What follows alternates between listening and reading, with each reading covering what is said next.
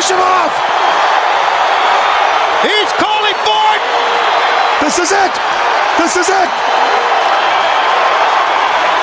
Your career's on the line here. Do it. Do it. This place will erupt when he picks him up. He's got him up. Oh, hell yeah. 1, 2, 3. Thank you. Thank you. We've got a new heavyweight champion. Climb the ladder, kid. Make yourself famous. I just had an out-of-body experience. What did we just see? What did we just see? He got him a power slam! He got him in a power slam! He got it! Simmons got it! Simmons has won the match! Simmons is the champion!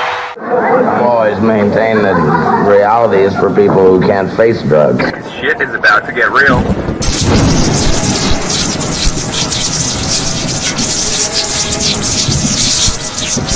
You get to see knee deep.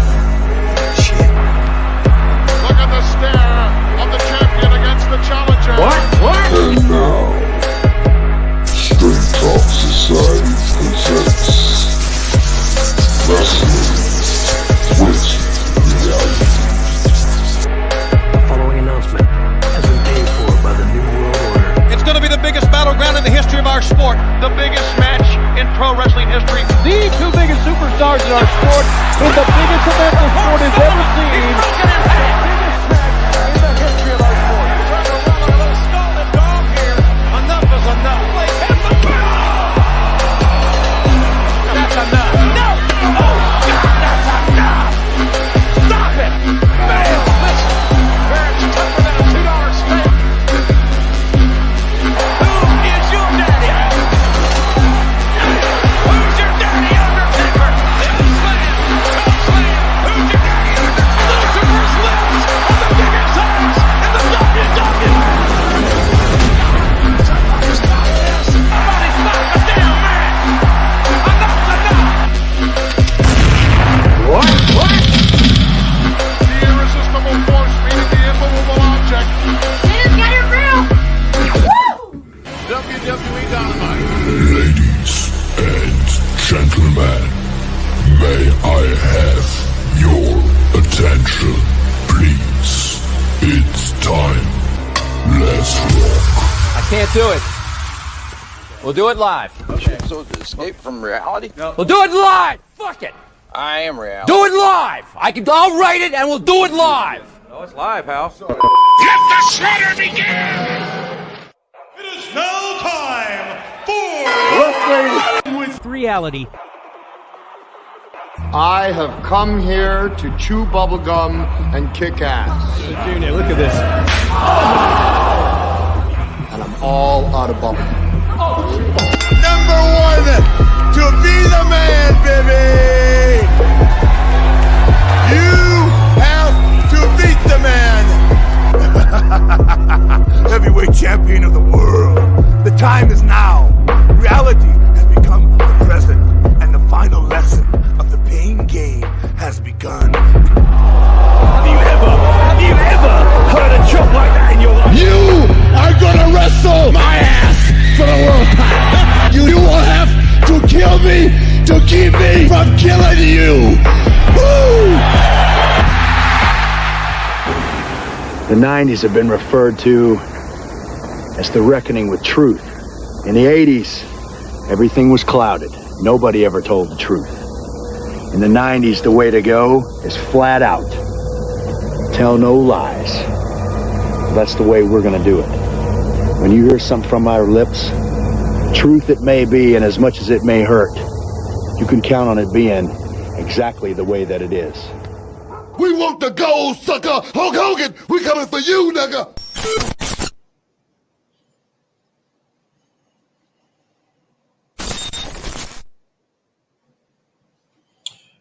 Oh, yeah. What is up, Straight Talk Society? This is your host, Trevor, and we're back with another episode of Wrestling with Reality. And in the words of Booker T, all you other wrestling podcasts on YouTube, we are coming for you. Thank you for tuning in to Wrestling with Reality.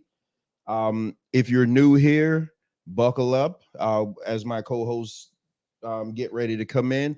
This is going to be the best wrestling show that you will ever hear on the internet, and I guarantee you that. We do get in arguments over here about wrestling, though nothing personal.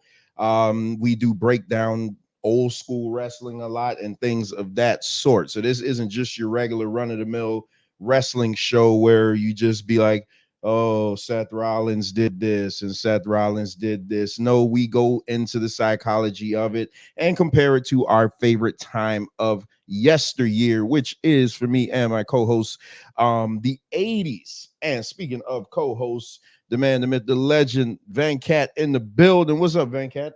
What's going on, Trevor? I can't call it, man. First show of 2024, and it's funny. It's funny that this would be the first show of 2024 because the wrestling show is a show that actually started this whole Straight Talk Society thing. So that's true. Yeah. So first of all, before we get into anything, how was your holidays? Oh, it was okay. It was okay. Anytime I can get away from work is a good thing.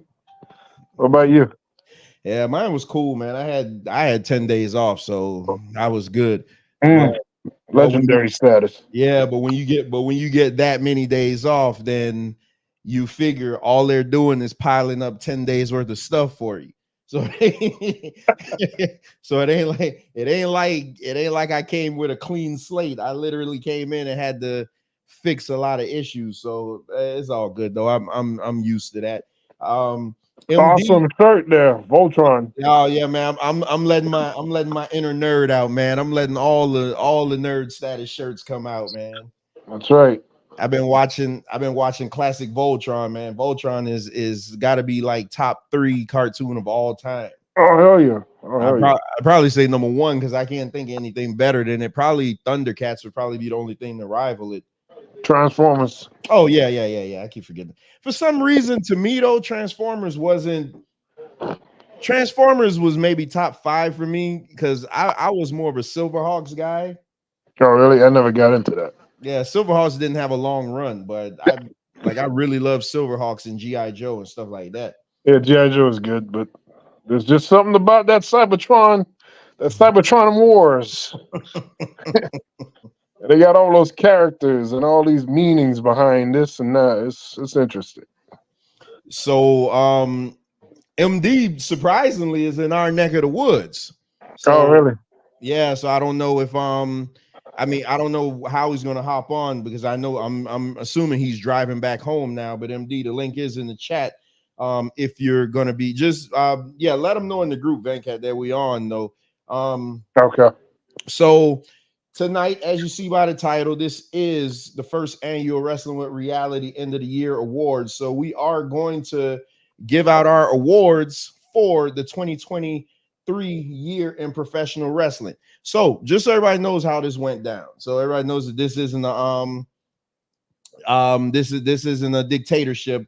So what we did, we had a panel of listeners to the show as well as the top contributors of the show. It was a total of 7 people that swayed this in some type of way.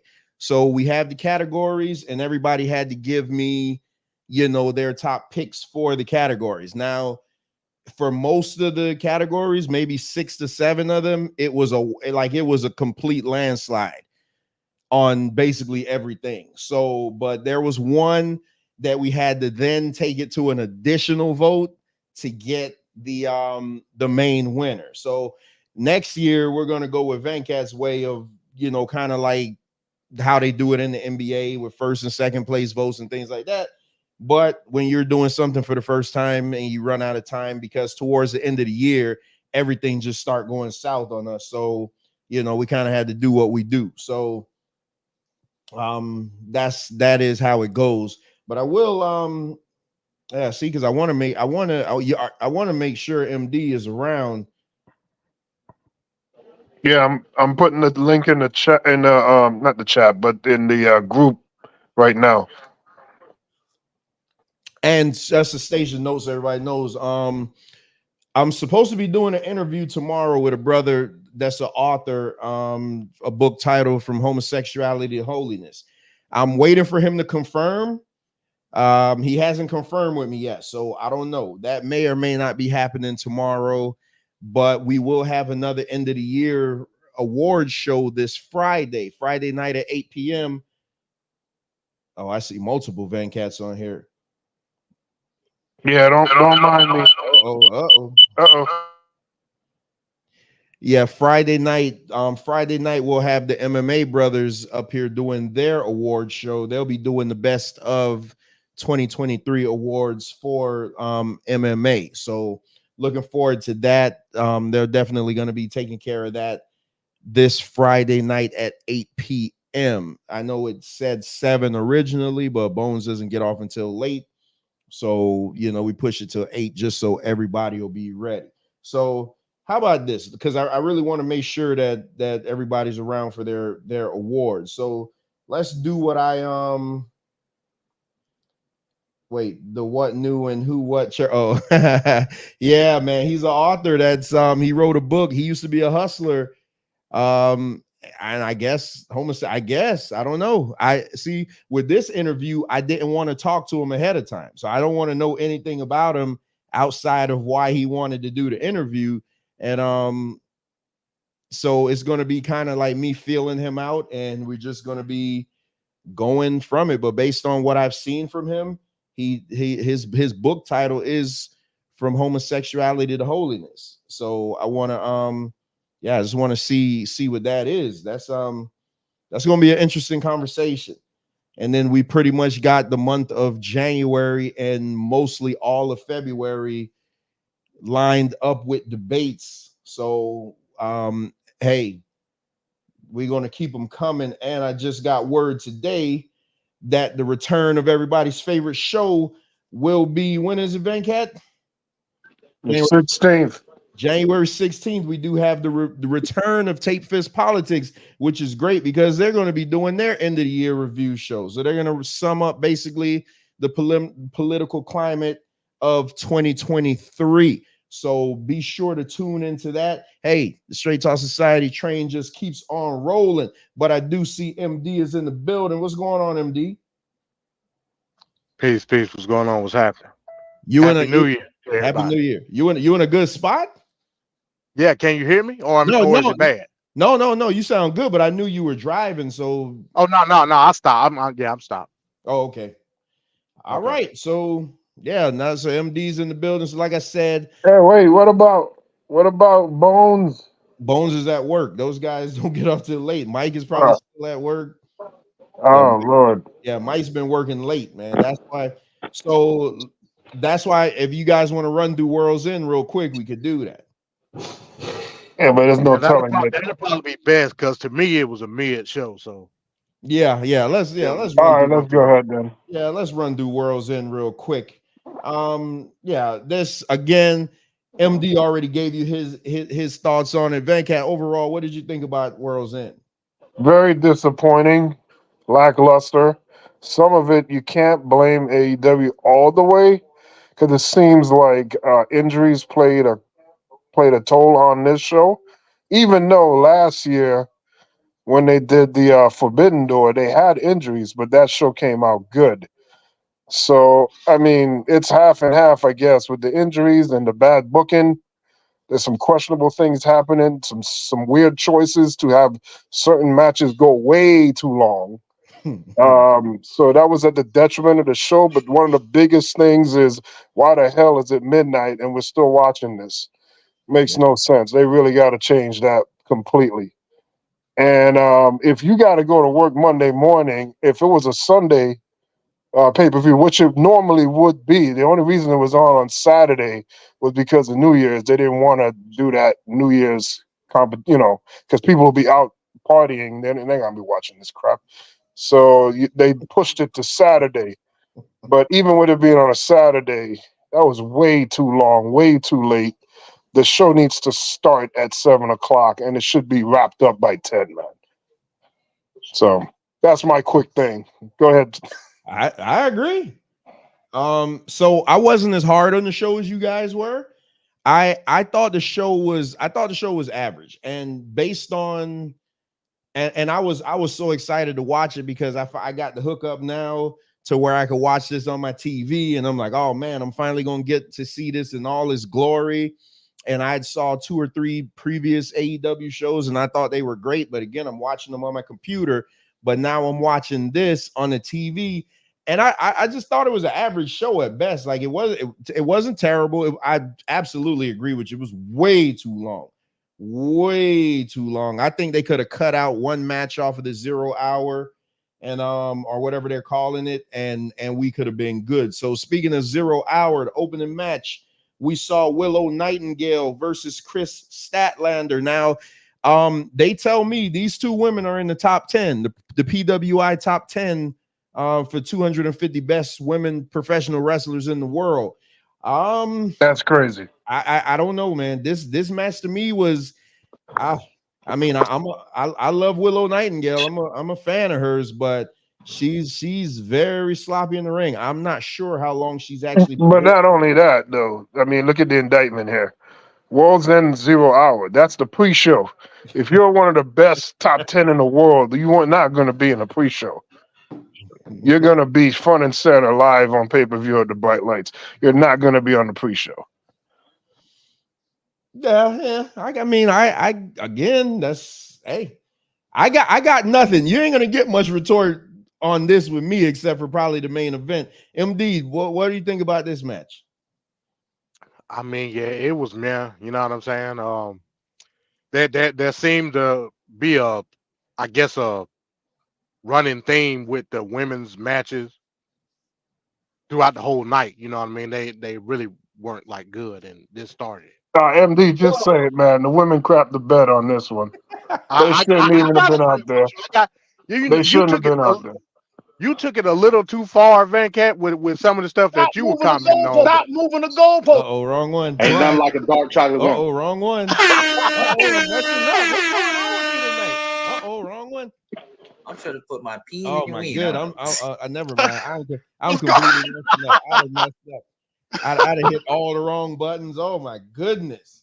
But no, I mean, the match was what it was. You know what I mean? It's the fall from grace with me, with Chris Statlander going from coming back, getting the championship, and now being relegated to the pre-show. But hey, you know what I mean? But it was my average AEW women's match. All right, so yeah, that's gonna be the theme of it. Like you say, AEW's women's division is a lot to write home about, and if the rumors are true, Miss Mercedes gonna have a long day at the office working with this division. Speaking of that, y'all know this. We normally do the ratings and the news and stuff like that. All that'll return next week. Just because there's a lot of news that's supposed to break this week. Tomorrow's Triple H is teasing some gigantic announcements. So, we'll get back to all the news tomorrow. And Bank, had any final words on this? I'm going to just move on. No, the women just did Amber Heard and they just crapped the bed. And I don't think that these women should be on pay-per-view. If they can't bring it, the best should be on the pay-per-view, whether it's a man or a woman. They can't keep putting these token matches out here and then they just embarrass the league, the organization, I should say. Shout out to Nerdbomb in the building. All right. Next matchup was a 20-man battle royal for a title shot anytime, and this was for the TNT title shot. So let's make sure and notice and do that. Hey, I thought this match was terrible, and they marched out like every Job Squad member in the world to be in this match, and that's the best I can say about this match. And the winner let you know, like, once Luchasaurus won, I already knew what was gonna happen. Like, I already knew it. like it was crazy, but hey, it is what it is. That was another awful turn of events as well. But like I said, we'll get to it. And Bank, what do you think about this battle royal? Just bad booking in general. This reminded me of WWE used to do these battle royals, especially at WrestleMania, the Andre the Giant thing. It's like the guys that couldn't make the show just gets thrown on the show. And it looks like that, but it wasn't. I mean, it wasn't great, but it wasn't. I wasn't offended as much as I would be later on in the night with multiple other issues. Yeah, that you bring up a good point though, talking about the Andre the Giant thing, because which I hate, because WrestleMania should be a card reserved exclusively for the best guys for the year, guys and gals, and they got to stop with this trying to get everybody on the card. That's foolishness. All right, so let's move on.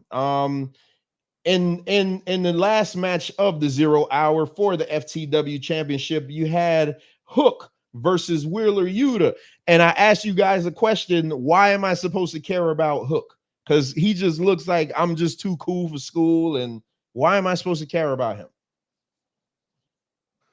I don't know, man. I mean, that's another guy that I wouldn't necessarily say he fell from grace, but his luster ain't what it was. You know what I mean?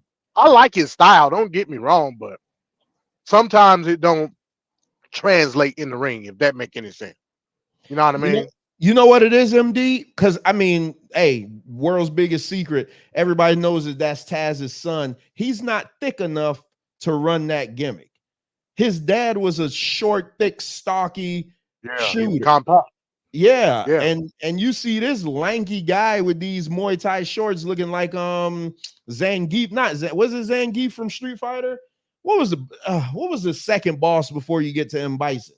But anyway, him. That was Sagat. Sagat. Yeah, Sagat. Yeah, he was. But he don't even. Sagat was stacked though. He don't look. Yeah.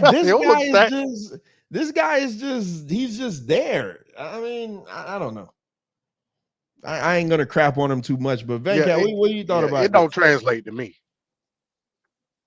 Well, I didn't like this because I thought that the match should have been over at a certain point, and then like the last 6 or 7 minutes should have been them talking up the event and moving on to the event starting.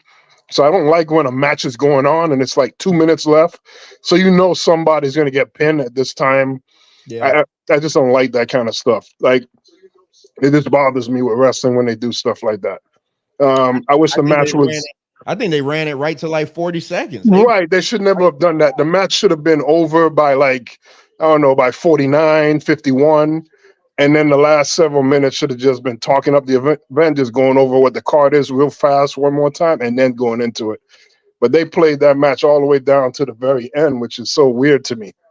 So it had no intrigue for me, and it was just like they were just occupying time. That's all they were doing. And then they were just waiting for the referee to tell them, okay, go home. And I hate that. It takes me out of wrestling when stuff like that is done. I don't like that. And then you have a tried and true AEW fan there, but I'm saying nothing against them, but they're meaningless champions. Yeah, I like the FTW belt, bro. AEW probably got like 10 titles. There's another thing too that's kind of weird to me. Excuse me. Oh damn. Eminem attacking. Yeah. All right. What's weird to me is usually a wrestler that has like a past generation or history in their family of being a wrestler, they usually move far away from that because they don't want to be compared. They don't want to be, pressured or limited to the history of what they had before them. So they'll try to make their own identity.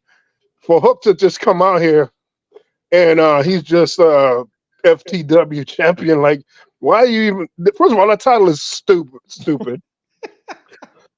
And why are you bringing something from your dad's past to you? You should be making your own future.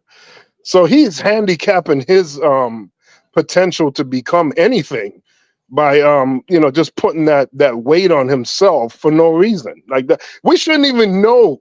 Like Jerry Lawler's son was the guy from Brian Christopher. Right. No, I didn't know that for many years, if not decades. And like that's the way it should be.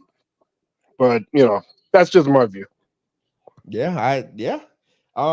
So in the opening contest, you had the all-star 8-man tag. So basically all the guys that didn't win the Continental Classic, you had Claudio Castagnoli, Brian Danielson, Mark Briscoe, and Daniel Garcia versus Brody King, Jay White, Jay Lethal, and Roosh. I just thought this was a good 8-man, nothing crazy, nothing to write home about. Everybody got their spots. I think they really shined Daniel Garcia up, but I thought I just thought it was a good match, a good opener just to get the crowd going. Yeah, totally agree with that. Totally agree with that. This match did what it needed to do, unlike other matches. Yeah, it was a good show opener. I think I mentioned again, like, for whatever reason, Daniel Garcia is getting pushed. You know what I mean? I don't seen him go from feuding with Wheeler Yuta and being serious, now dancing. So, hey, it is what it is.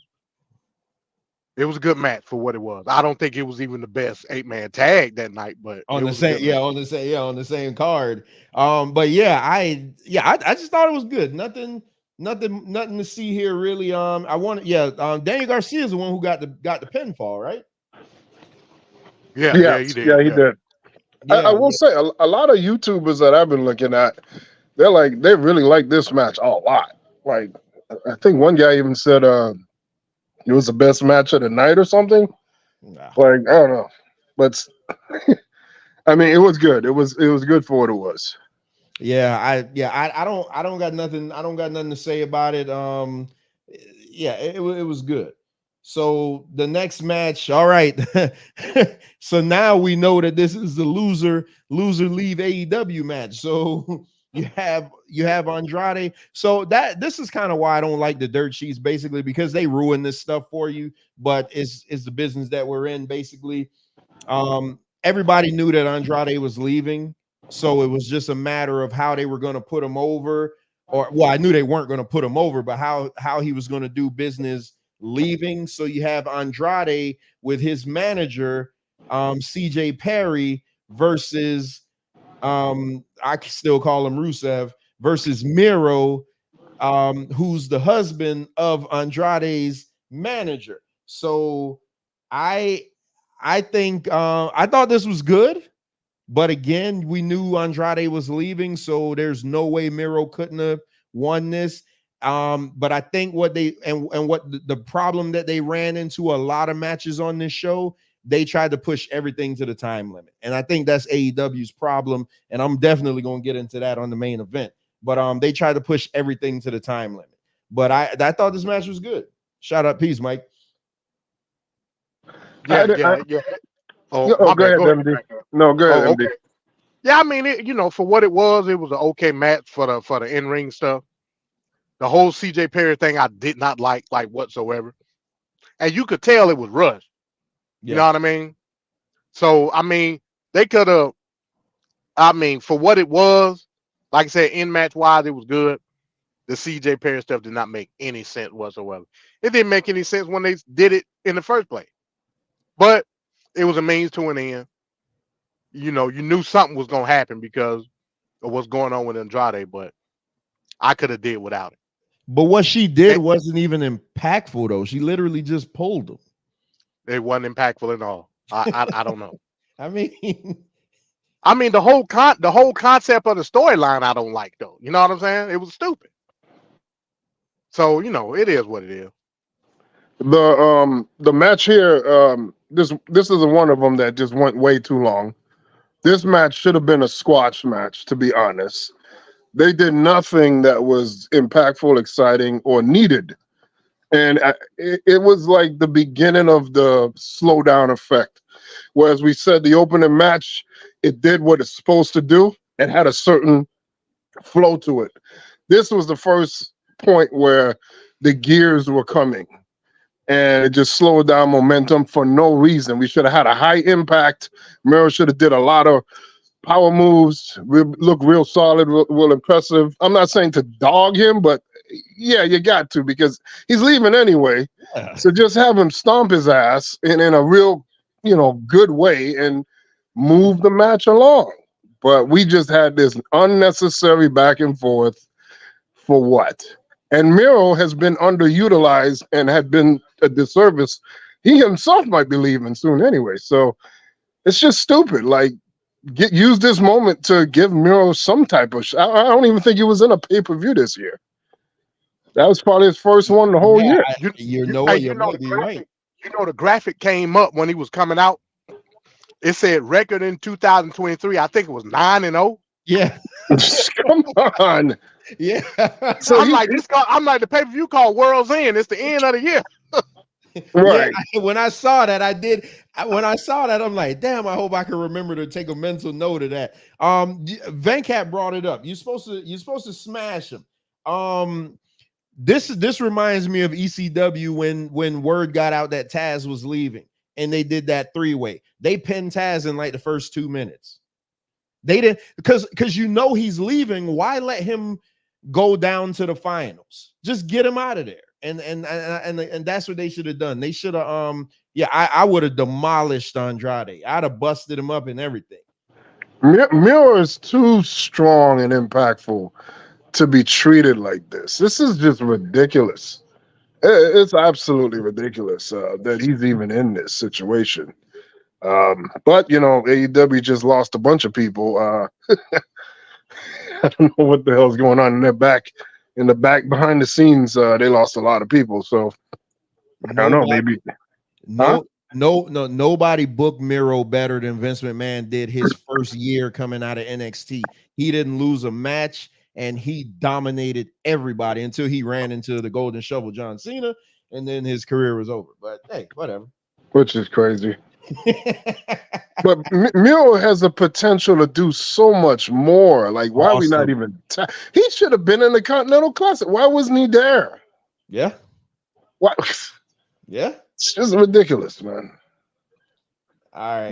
No. So, all right. Again, in AEW. Oh Lord. Okay. So I'm a preface there. This. Oh Lord, Lucky Charms. If people get offended, I'm letting you know right now, the views and opinions expressed by Venkat does not reflect that of the Straight Talk Society. Because man, we had a lot to say about this match. You had Timeless Toni Storm defending her AEW title versus a 13-year-old girl, Riho. The less I say about this match, the better. Toni Storm won. That's how it should have been. But it looked uncomfortable watching Toni Storm beat up on Riho, and not even that much, but I'm all for the cameramen doing their upskirt shots and booty shots and things like that, because that's what they do.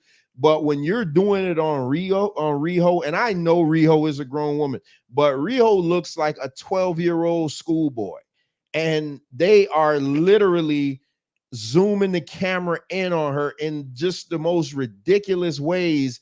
It just looked awful. I got nothing on this. I'm done. Go ahead, MD. No, I mean, I'm not gonna knock it. Again, we was getting into a whole debate about it in the chat. I get the appeal of a person like Riho from a perspective of the average AEW fan, based on the fact that, like I said, half of the roster of Stardom look just like Riho. You know what I'm saying? So I'm gonna be objective about it. I'm not gonna look at it in that light. But what I'm saying is, when you put her in the ring with a person like Toni Storm, at the very least, I need to see a good match. At the very least, we did not get that. You know what I'm saying? For whatever reason, I'm not blaming it on either person. For whatever reason, we did not get a good match.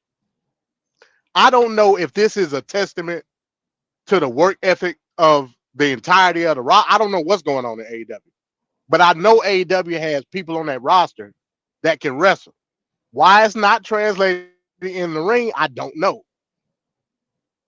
Me and you both know Toni Storm can go. Yeah, we've seen her. You know what I'm saying? And some people would argue that Riho is a good wrestler. You know, it's up for debate. We did not get any of that in this match, and I'm disappointed, because I think Toni Storm is the biggest thing in AEW right now. So it was disappointing.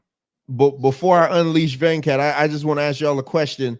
Imagine Riho standing up next to Rhea Ripley.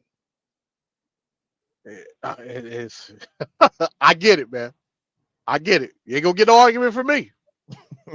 I mean, hell, she was the inaugural champion beating the man. So you ain't gonna get no argument from me. Oh yeah. She beat Nyla Rose, and not Nyla Rose. Yeah. So Nirbaum says that remember when Kenny? So is this the 12-year-old girl that Kenny wrestled?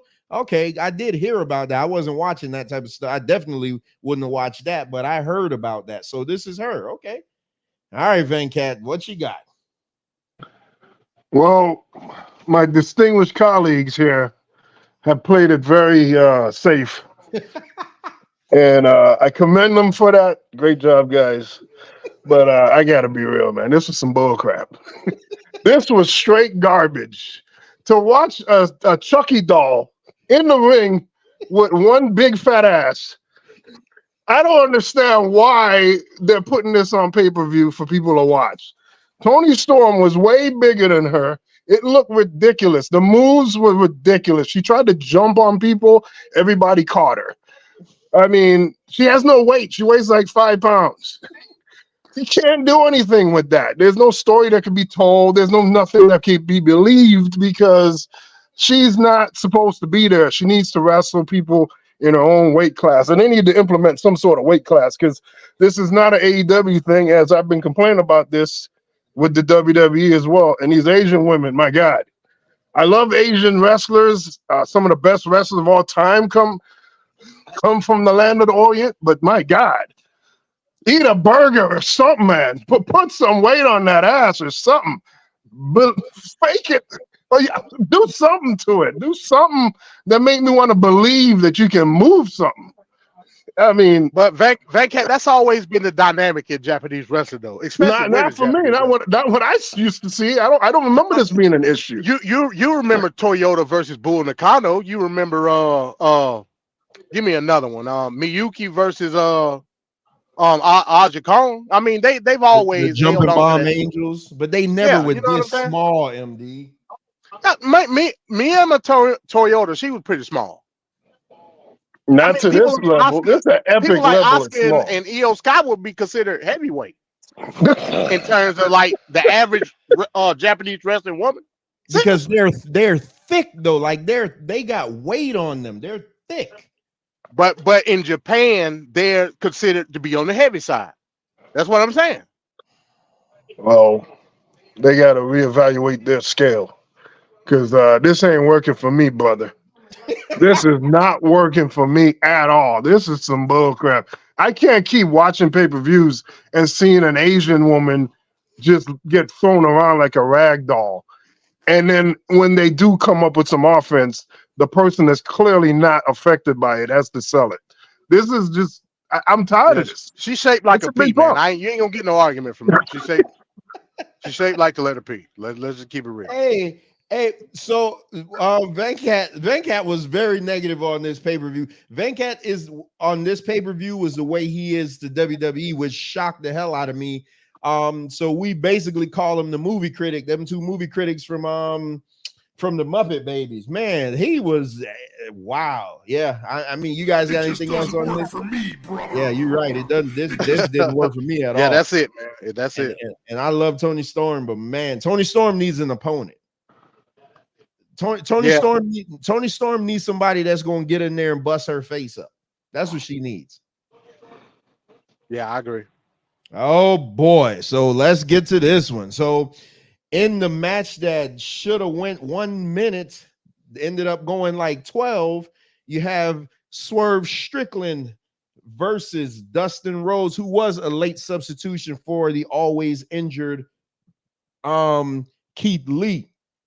So the way this match set up, Dustin Rhodes comes out, and I think Dustin Rhodes is probably on his way out. He comes out, Keith Lee. I mean, I turn my head and then I seen him on the ground. So I'm like, okay, Swerve must have attacked him. Swerve attacked the knee. So they did an injury angle. They worked. Dustin Rhodes comes out. Swerve is standing in the ring while that buffoon Prince Nana is in the back dancing, just annoying the hell out of me. And so Swerve is just standing there looking as cool and stoic as ever. And Dustin pulls the heroic baby face and comes back to the ring. And on a hurt leg at mid-50s, he came back and had a 50-50 match with the guy that should probably be the next AEW champion in like a 10+ minute match. I think I'm gonna say this and I'm gonna pass the mic because I got nothing to say. If this wasn't Swerve can recover from this because he's that great. So hear me out. Swerve can recover from this because he's that great. If this was anybody else, it'd have killed him dead. And that's all I got. But why does Swerve have to recover from this? He just had that great brawl with Hangman, blood everywhere. He put everything out on the line in that ring. Hangman wasn't on this pay-per-view. Smart for Hangman. Swerve should have been home resting, recuperating, getting ready for the new year, getting set to do what he needs to do. This match did not need to occur. I didn't think the match needed to occur when Keith Lee was in it. When I saw that on the card, I was like, where the hell did that match come from? Yeah, that came out of nowhere. That I'm like, wow, what the hell brought that along? Yeah, there was no need for that. Swerve should be resting. You did a great job on the other pay-per-view here. You don't need to be on World's End. World's End should have had 5 matches on it. There should have been 5 matches on this pay-per-view. I don't know what the hell they're thinking. Now, Swerve is like this hot commodity, and this is how you WCW 99 him. You're doing a lot of jumping the shark and putting people in compromising positions for no reason.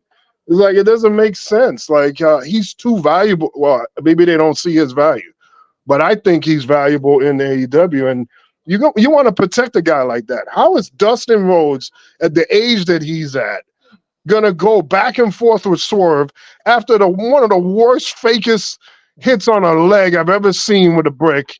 I mean, you can see he moved his leg and he didn't really make contact with his leg, but whatever. That's another issue in itself. But let's just take it as reality. Oh yeah, he hit his leg. He's all messed up. But Dustin is jumping on his foot after the shot happened. He's moving around. He's doing all kinds of things that compromises the story you tried to say about the injury. And again, another match that went way too long, which is adding to the midnight runtime. I'm already working till midnight. I don't need to watch wrestling till midnight. I rest my case. Yeah, I agree, man. I try to keep up as much as possible on what's going on. So leading up to the pay-per-view, I don't know why Swerve and Keith Lee was even having a match. Then he gets hurt. Then you do the angle with the injury with Dustin. It should have stopped right there. It should have just stopped. Like once the match got blowed up, okay, hey, look, Dustin, we need you to go out here and do a spot with Swerve. That's it. That's all I need you to do. I'm pretty sure Dustin would have been happy just doing that. I'm going to go out. I'm going to fake like we're about to have a match. And, he runs me over and that's the end of that. You know what I mean? It probably would have did more for Swerve's character if that would have happened than anything else. You know what I'm saying? But hey, it is what it is. It didn't need to happen, but it happened. It is what it is. And just so you guys know, this ain't no slight on Dustin. This is us just saying that Swerve is that great. He don't need to be wasting his time with a 50-plus-year-old man. And like MD said, if you're gonna do the angle, come back to the ring and have Swerve just stomp him out in 2 minutes and be done with it. And Swerve even said at the end, you read his lips. Well, you didn't read his lips because he said it right to the camera. Swerve was like, I'm tired of this shit. This is what y'all give me. He literally said, this is what y'all give me.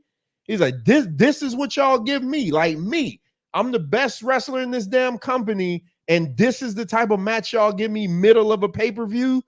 And he was like, I'm not doing it again. He said, come next year is nothing but championship matches. And I'm 100% here for it. I wouldn't mind seeing Swerve because he's not going to get Samoa Joe right off the rip.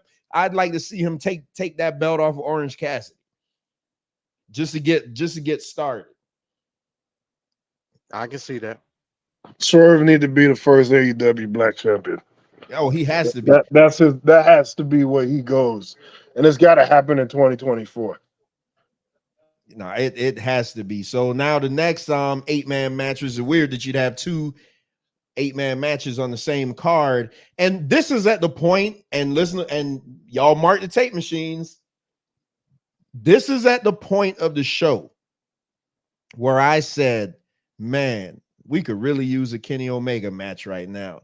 Or man, we really could use a Young Bucks match right now. They were missed on this show. Like the fact that this match had like everybody but them, and I know Kenny Omega is hurt. I know you probably won't see him for a while because of the medical deals he's going with, but no FTR, no Young Bucks, no Hangman. It's just I was just like, wow, where is hello, where is everybody? But nevertheless, in the 8-man tag team match, you had let me touch you and sign. I don't need to sign non-disclosures. Chris Jericho, Sammy Guevara. Chris Jericho sporting that fake abs on that damn airbrush, but whatever, because he don't look like that in real life. Sting and Darby Allin versus Ricky Stark, Big Bill, Powerhouse Hobbs, and Takeshita. Y'all keep telling me Takeshita is good. I don't see it. I say the star of this match was Ricky Starks, and Sting is like going through the motions, and he deserves it. I mean, I ain't gonna hate on Sting no more. He's there just because he's a legend, and it is what it is. I don't really have much on this. I thought this was a good match. I'm the more that I think about it, I think the first one still was better than this. The first 8-man. Yeah, I disagree. I think this 8-man was better to me. As far as Takeshita is a star in my eyes. He got his spots in this match. But yeah, Ricky Starks was a star. The dynamic that they used with the history between him and Powerhouse Hobbs, that played in. I think that was pretty good. They did the typical rollout finishers for all 8 people. You know what I'm saying? Yeah. That's typical. But I mean, as far as totality, the role of the match, I think this was the better 8-man.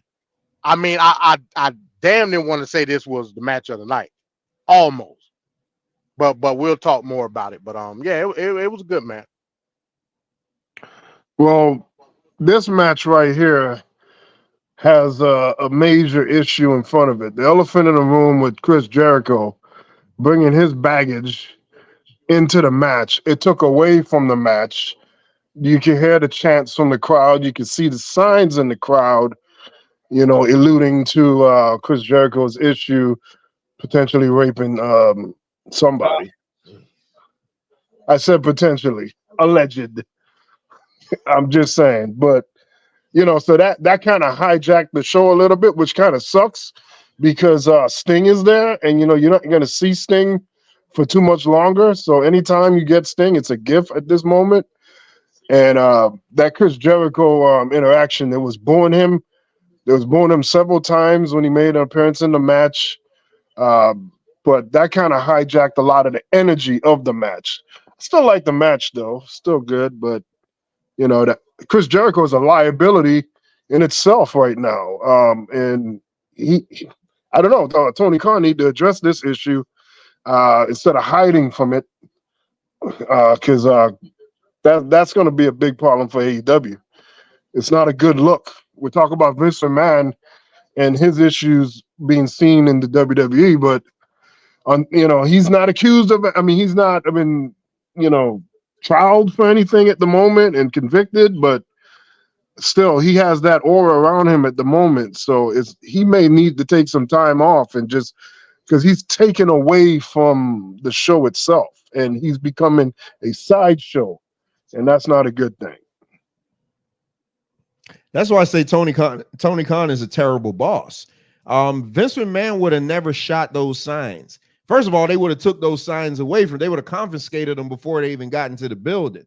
But Vince is not going to have his cameras zooming in on a sign saying NDA Chris. Like it's crazy. Like that. Tony Khan he's such a boob, man. And then you saw in the scrum, he had that stupid wig on and those glasses when they were asking him about the situation with Jericho and the young lady. Like everything this guy does is he's a idiot. I don't know why anybody would want. Well, I know why, because all the money he's shoveling out, but he needs somebody to take over the day-to-day, because he's just not doing it, man. But I agree with you a whole bunch here. Jericho took away, and I think that's probably why it didn't really hit for me too much, because I'm looking at it and I'm like, man, if this is true with Jericho, the fact that they still got him wrestling is ridiculous. Like Neverbron says, he needs to go away for a couple of years. He should have at least been off of TV for the rest of the year. Like that's ridiculous. Yeah, and I don't know. I mean, this is not a hard call to make. So I don't know what's going on with Tony Khan. You know, you got to make decisions, man. But that's not a hard one to make. It's good for Jericho, even though it may feel like a negative thing. It's also good for the show, and it's also good for the fans, because we need our focus on the actual product in the ring, and he can't be this extracurricular activity that's going on. This is not a hard thing. But I mean, Jericho is known for like Jericho don't shut up. Like he like to talk. Well, he can do that on his time. Even though social media, you know what I mean? That's how it started. Right before this happened. Yeah, right before this happened, when he getting into it with like Jim Cornette about the whole CM Punk thing, and like he don't shut up. But it's never been sexual though. Yeah, it's never been. But we can't take away from the fact that if I'm going to make a prediction, Jericho is going to go on doing the stuff that he does without acknowledging this. You know what I'm saying? So the question would be, how does Tony Khan go to Jericho and ask him not to do the stuff that he already does prior to the allegation? That's going to be the issue. I don't think Tony Khan is going to do it. So he's going to continue to dig his own grave, basically. And whatever happens with it, Tony Khan is going to brunt a lot of this, and it's going to be to the detriment of not only him but the whole company. Wow. Yeah, I can't disagree. But Tony Khan just need to have a conversation, for God's sakes. I don't even think that's happening. Just have a conversation, man. Just relieve the guy of his duties of being on TV. Go take a break, rest up your war wounds. You know, and let's see where the trial, or if there's a trial, or whatever the hell is going on. Because it's not a good look, man. It's not a good look.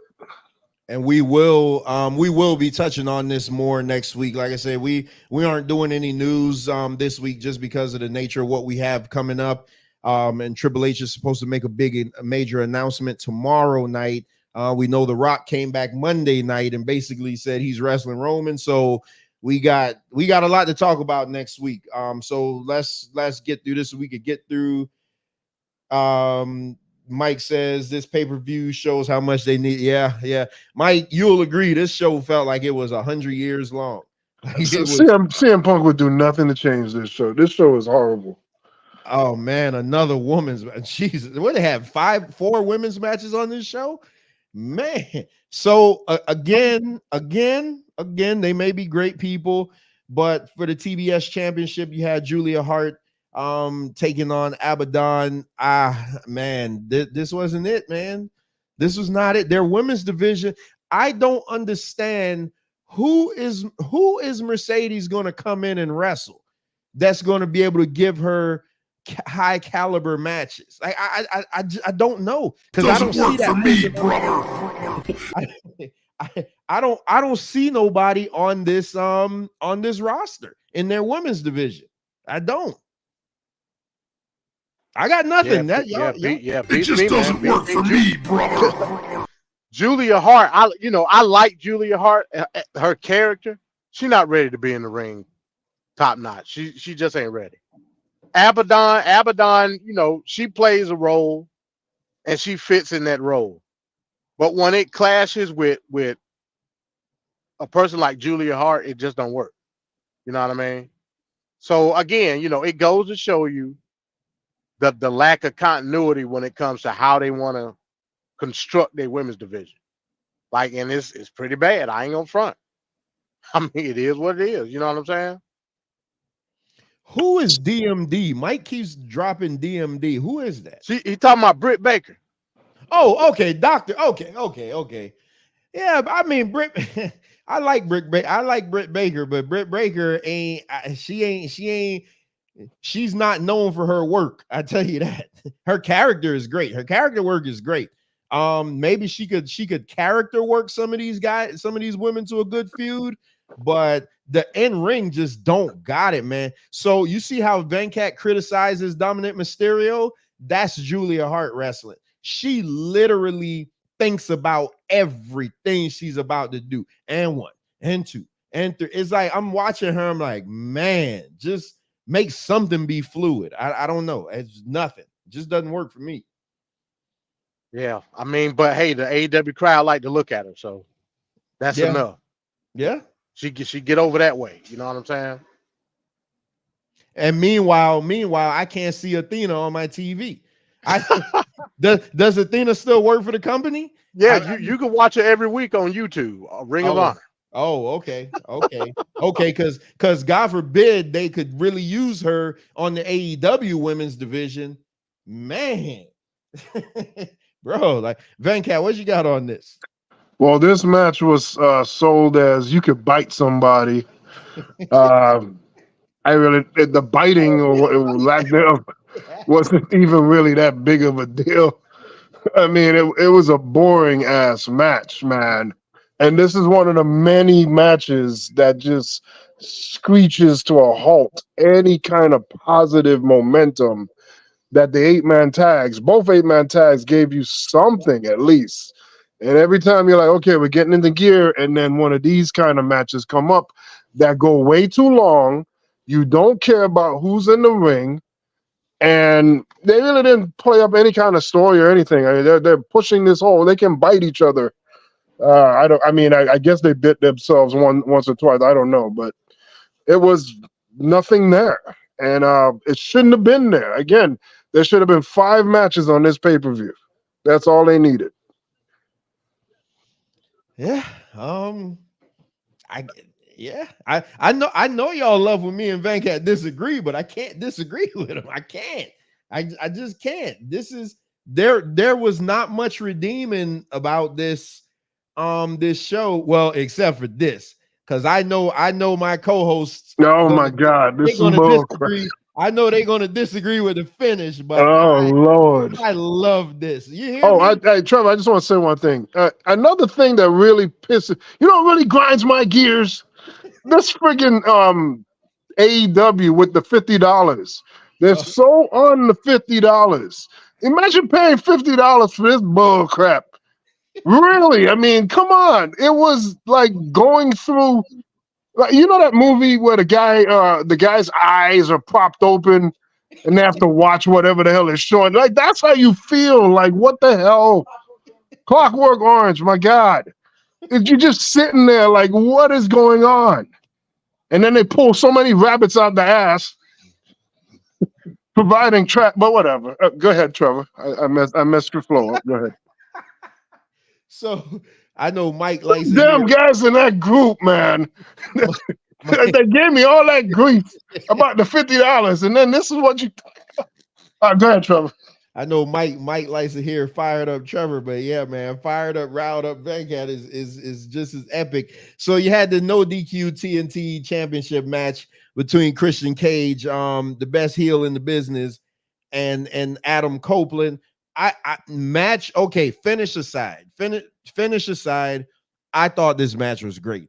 I've given Edge a lot of flack for just grabbing at a paycheck, but he came to work that match.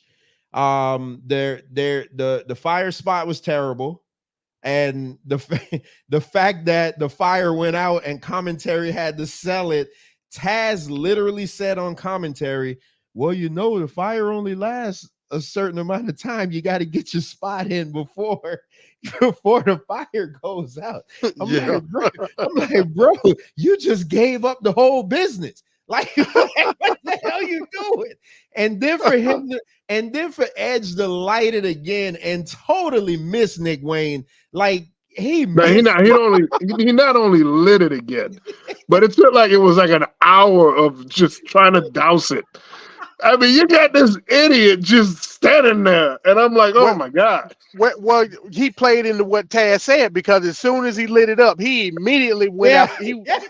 I was like, bro, I'm like, you ain't got to do it that fast, Taz. Damn. Like, yeah, he did it so fast that he overshot the guy, and that was horrible. Yeah, he overshot him like crazy, man. Like, why? But for Taz to say, that's one thing about the AEW commentary. They just play it. Hey, they just shoot from the hip. They don't care. They'll say whatever they want. Like Jim. Well, they don't have Vince McMahon in the air, so yeah. Jim Ross will openly critique everything. But yeah, this match. So this match ended. Edge ended up winning the match. So let's just say that Edge won the match. So before we go to the ending, what was y'all thoughts on the match itself? The match was good.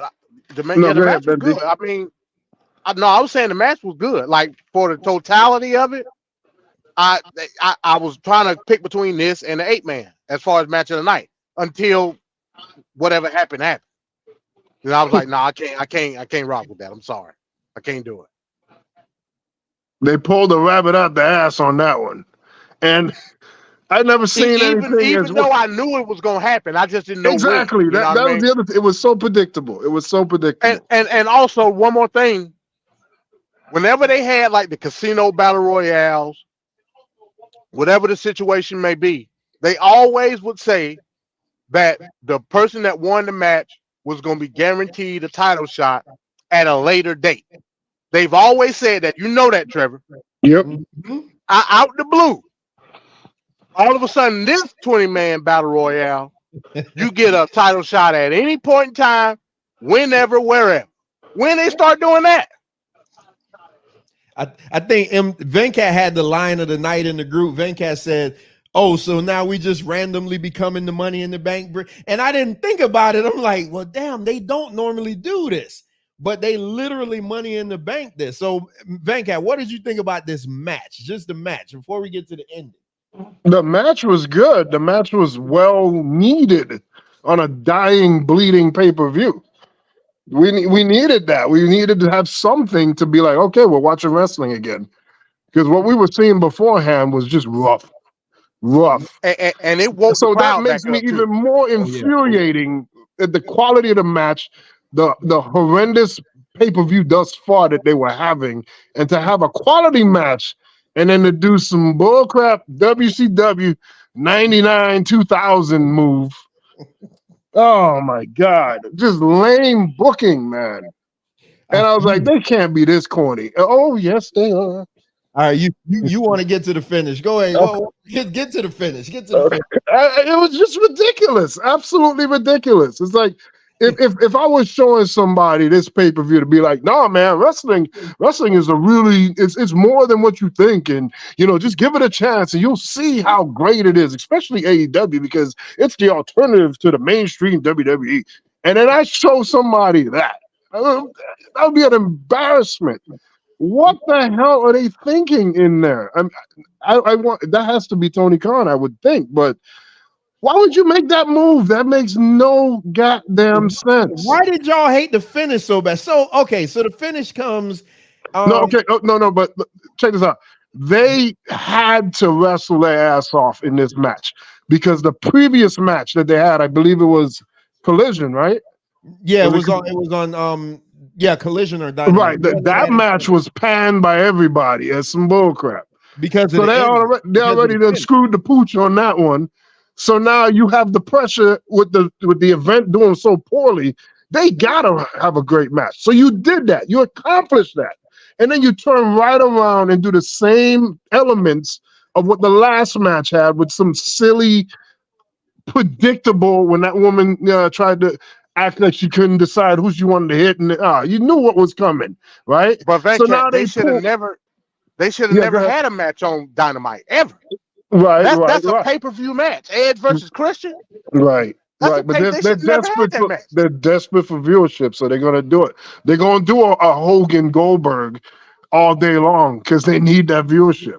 So okay, so y'all didn't have a problem. Okay, let me set this up. So if the match ended the way it did, Edge wins the title, go on to the next match. Y'all would have been perfectly fine with that. That would have been fine. I would have been fine. I would have been Right. fine. So okay, because up until that point, I'm like, okay, Edge won the belt.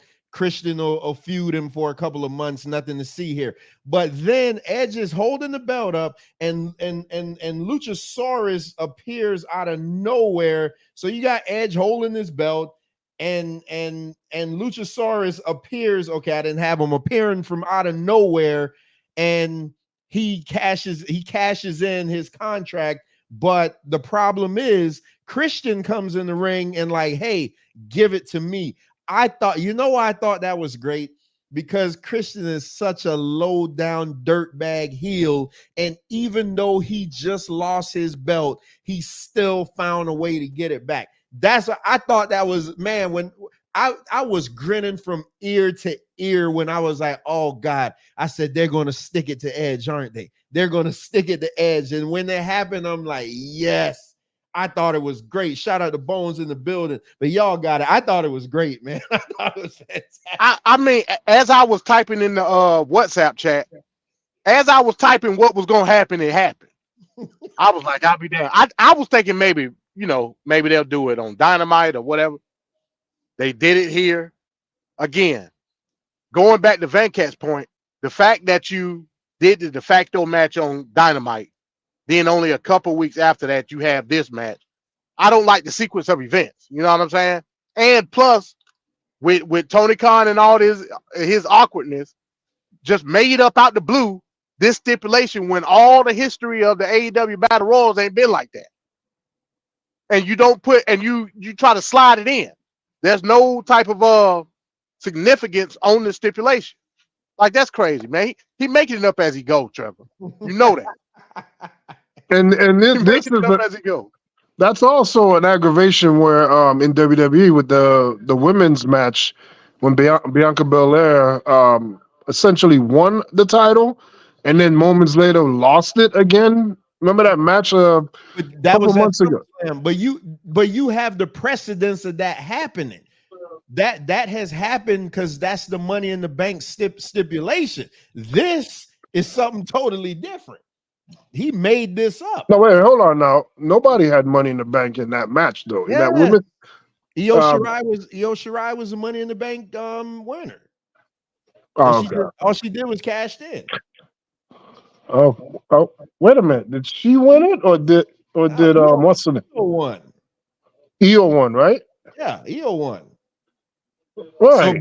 So Bianca won the belt back, and then Io cashed in on her. Yeah. But this is why wrestling just loses me, man. But even if it was stupid, though, Van Cat, even if it was stupid, the precedence has already been set. Right. I get they at least have that to write on. They got decades worth of history of doing that. AEW dumbasses, they just pulled a rabbit out the ass and invented something on the fly. Got a fluffy white rabbit turned brown with all the crap that they pulled on that one. Whatever. It would have been different. It would have been different if they would have highlighted that stipulation. It would have been different. But they just said, it was like willy-nilly. Oh, the winner of the match, gets a title shot at any time. Like what? But even if they would have highlighted MD, they had never done it before. Now you come up with this magical stipulation out of the blue, never done in their history, and then that same night it gets enacted. That looks suspect too. Like, they need to just stop, man. Just stop. AEW is getting in their own way of being great. But whatever. It's just maddening because you see what it could be, and this is what they do. All right. My goodness, we still have more to go after that. So next you had the finals for the Continental Classic, and I received the message. We all received the message that this is going to be the match of the night. Hey, I apologize. Kind sir, this was not the match of the night. But I love how they set this up. Because Eddie Kingston was all but out of the tournament, and he ended up fighting his way back in to get into the finals. So for the Continental Classic finals and the new Continental Classic title, which is whatever, they got another belt now. Would that put them up to 15?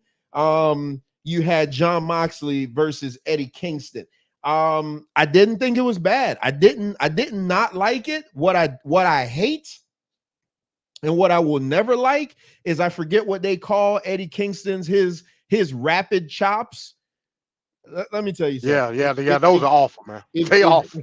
If you don't get the hell on somewhere with that, like them fake rapid chops are just ridiculous. But Eddie Kingston surprisingly wins it. Well, he had the way they set the story up, he had to just come out and ultimately prevail. So Eddie Kingston, his title was on the line. So yeah, all his titles were on the line. He is the new open weight. So whatever title he has in New Japan, whatever title he has in Ring of Honor, and now he's the new Continental Classic champion. I thought the match was good. It was probably top 4 of the night for me, though. So what y'all got on this? Go ahead, Matt. Well, the first thing I got to say here is that they're talking about a Triple Crown champion. In my mind, a Triple Crown champion, if the world title is not involved in that Triple Crown, it ain't no Triple Crown. You got to have the world title and then 2 other subsequent titles around it to be of any value. Not only that, but how can you call it the Triple Crown when they all from separate promotions? Oh, and Nuremberg saying it's called the Continental Crown. No, they use the word Triple Crown many a times, and the belt even has a crown on it. It looked like when you create a wrestler and you create a belt on a game, that belt looked like a creator title. I mean, it's just embarrassing, man. Like, that belt does not look prestigious. We talk about the Whopper Jr. as Mike would say, but I'd rather have that Whopper Jr. than that goofy ass belt right there. That literally looked like a Burger King title. I mean, look at the crown on it. Like, it's just weird. And then you got a weak guy winning the title. This guy's belly is so freaking big. Meanwhile, Merle can't even get on TV, let alone a title shot. Like, this is illegitimate, man. It's just weird. Just weird. Hey, he's the people's champion, man. People's champion. What kind of people we got? Homeless people? I mean, this guy look like a freaking jackass out here, man. I mean, they got to have some legitimacy in there, man. You can't have this King of the Bums. Ain't that what they call him? King of the Bums. he would have done good in ECW. He looked like one of them. But that's the thing, though, Trevor. That's why I said it had the potential to be match of the night, because I was expecting Jon Moxley versus Eddie Kingston, a CZW type match. That's what I was expecting. You thought we was gonna get a death match. Not necessarily that extreme, but I thought it was going to be a brawl, blood. I thought it was going to be that type of match. You know what I mean? But we didn't get that. We got the rapid chops, and we got Jon Moxley doing this stuff. You mean slow motion? Those chops were terrible. Yeah, it looked like a 70-year-old doing chops. And everybody doing headbutts, you know what I mean? That's what we got. And I apologize for saying that it was going to be better. I'm sorry. But Mike's the real Burger King belt. Yeah, this belt looks like something. This looks like something this is what I thought my big gold title was gonna look like, buying it off of Amazon, because you was buying a replica from somewhere else. That's what I thought it was gonna look like.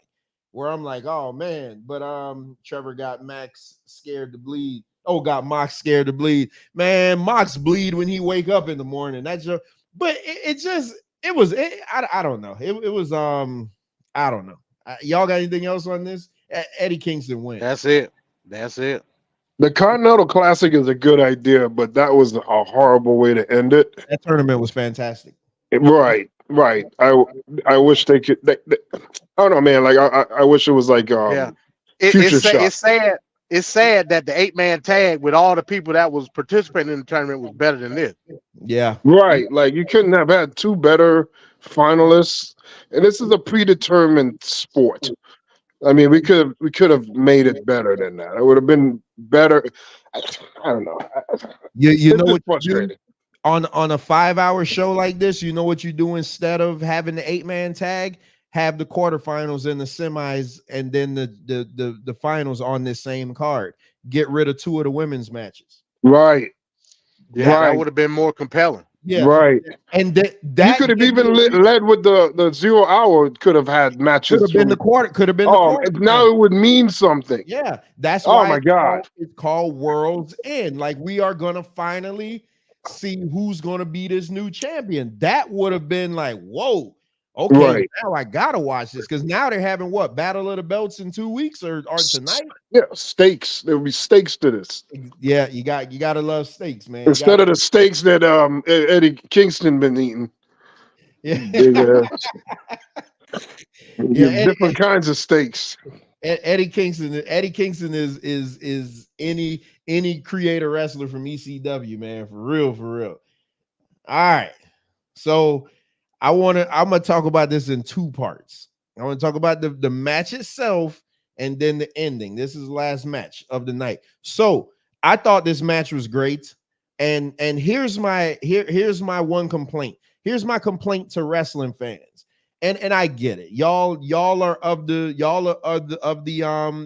time where you gotta, in order to win a match, you gotta hit a guy with 15 finishers, and you gotta have 20 false finishes, and you gotta have all these bull crap in the match. You gotta go 55.5 minutes and all that foolishness.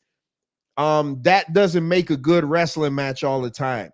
I thought this match was fantastic. Samoa Joe had a mission. He went in there and he completed said mission. MJF came out as the valiant champion with everybody breathing behind his back. Stop trying to do that stupid kangaroo kick, though. Miss me with that. And I thought, though, I love the finish, and I love the suddenness of the finish. So it's like when Brock Lesnar and Goldberg wrestled at Survivor Series. That match went 90 seconds, and it left the fans like, what the hell did I just watch? You know, UFC is the most popular combat sports in the world, and UFC main events barely get out of the first round. So sometimes matches could end suddenly. And as far as this match, I thought this match was very, very good. I don't think it was better than the one they had on Dynamite, but I thought this was very, very good. And I thought the entrance video for MJF was kind of corny with all those people like, he's our scumbag. I ain't care too much for that, but whatever. MJF does still have the best music in wrestling. But I was shocked, but I wasn't shocked because I said they were going to take the title off of him. But it's still, when you see it, you're like, oh crap, they took the title off of him. Where do we go from here? So that's what I got for the match, and then I'll get to the ending after y'all go. Yeah, good. Go ahead, MD. I'll come after you. No, I was just gonna say, as far as the match goes, yeah, I agree with a lot of them points. Samoa Joe was dominant in this match. He was dominant, as he should have been. You know what I mean? That muscle bust on the apron was brutal. I'm not taking that. They was brutal. And so kudos to MJF for taking that move. You know what I mean? Yeah, I mean, I agree with you. Every match don't have to go 60 minutes. You don't have to have 20 false finishes. I agree with it. And I agree how the match went. Like, and they played it to the point where even the ref was shocked. After the third count of the arm, the ref was like, whoa, you know what I mean? And then the announcers were shocked. It almost had me thinking that wasn't supposed to happen. I'm like, did MJF just mess up? It gave me Undertaker, Brock Lesnar vibes from WrestleMania. Right. So yeah, so I like the finish. The finish was great because it shocked me because I was thinking like maybe like, damn, was he supposed to get his arm up? But kudos to the way the sequence match. Samoa Joe dominated the match throughout.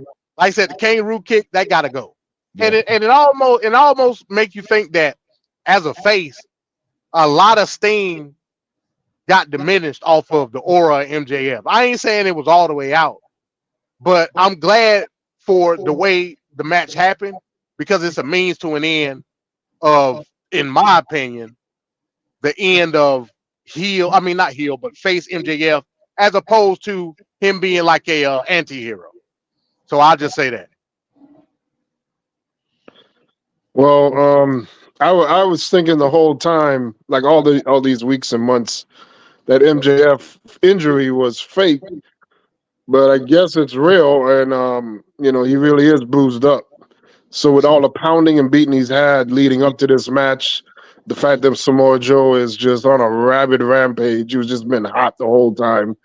It's the right move, and it was good to see it happen, and it makes sense. I mean, MJF is, he's battled all these guys and came on top all this time, but it seemed like it was his time to be done with now.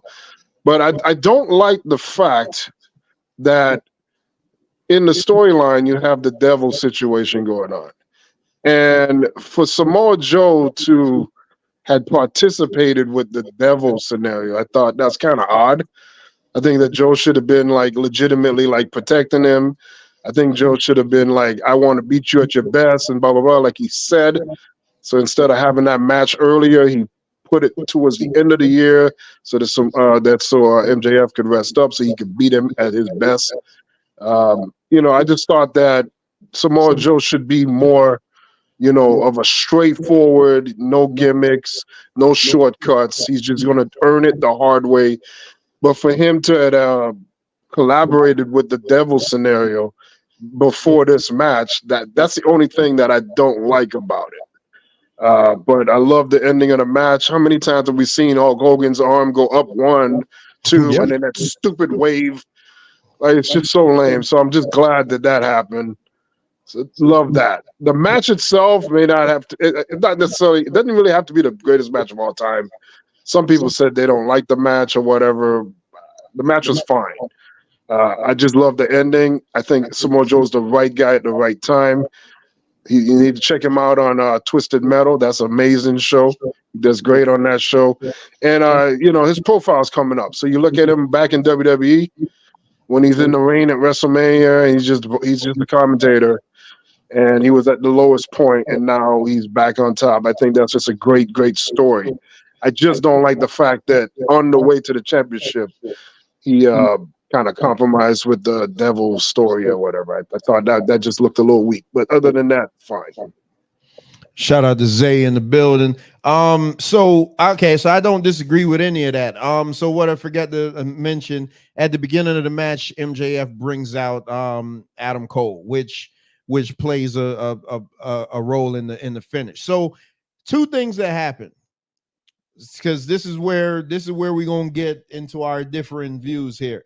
So Adam Cole is ringside, and he's stumbling and bumbling to give MJF the Dynamite dozen ring or whatever it's called. So he finally gives it to him, whatever. As far as the Hulk Hogan arm drop, go back and watch that. MJF's hand hit his leg, so therefore the match that doesn't count.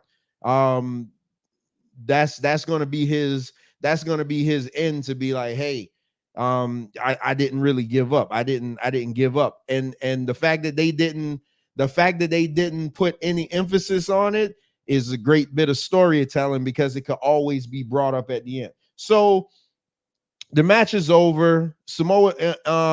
Adam Cole limps in the ring because he's still got a walking boot on. This would just make all this so stupid. And by the way, Nurrbomb, you tell me, Nurrbomb, Mike, Bones, y'all been watching this from the beginning. Do we get a devil every year? So do we know that the devil is always going to be a gimmick? Every year we're going to get a devil?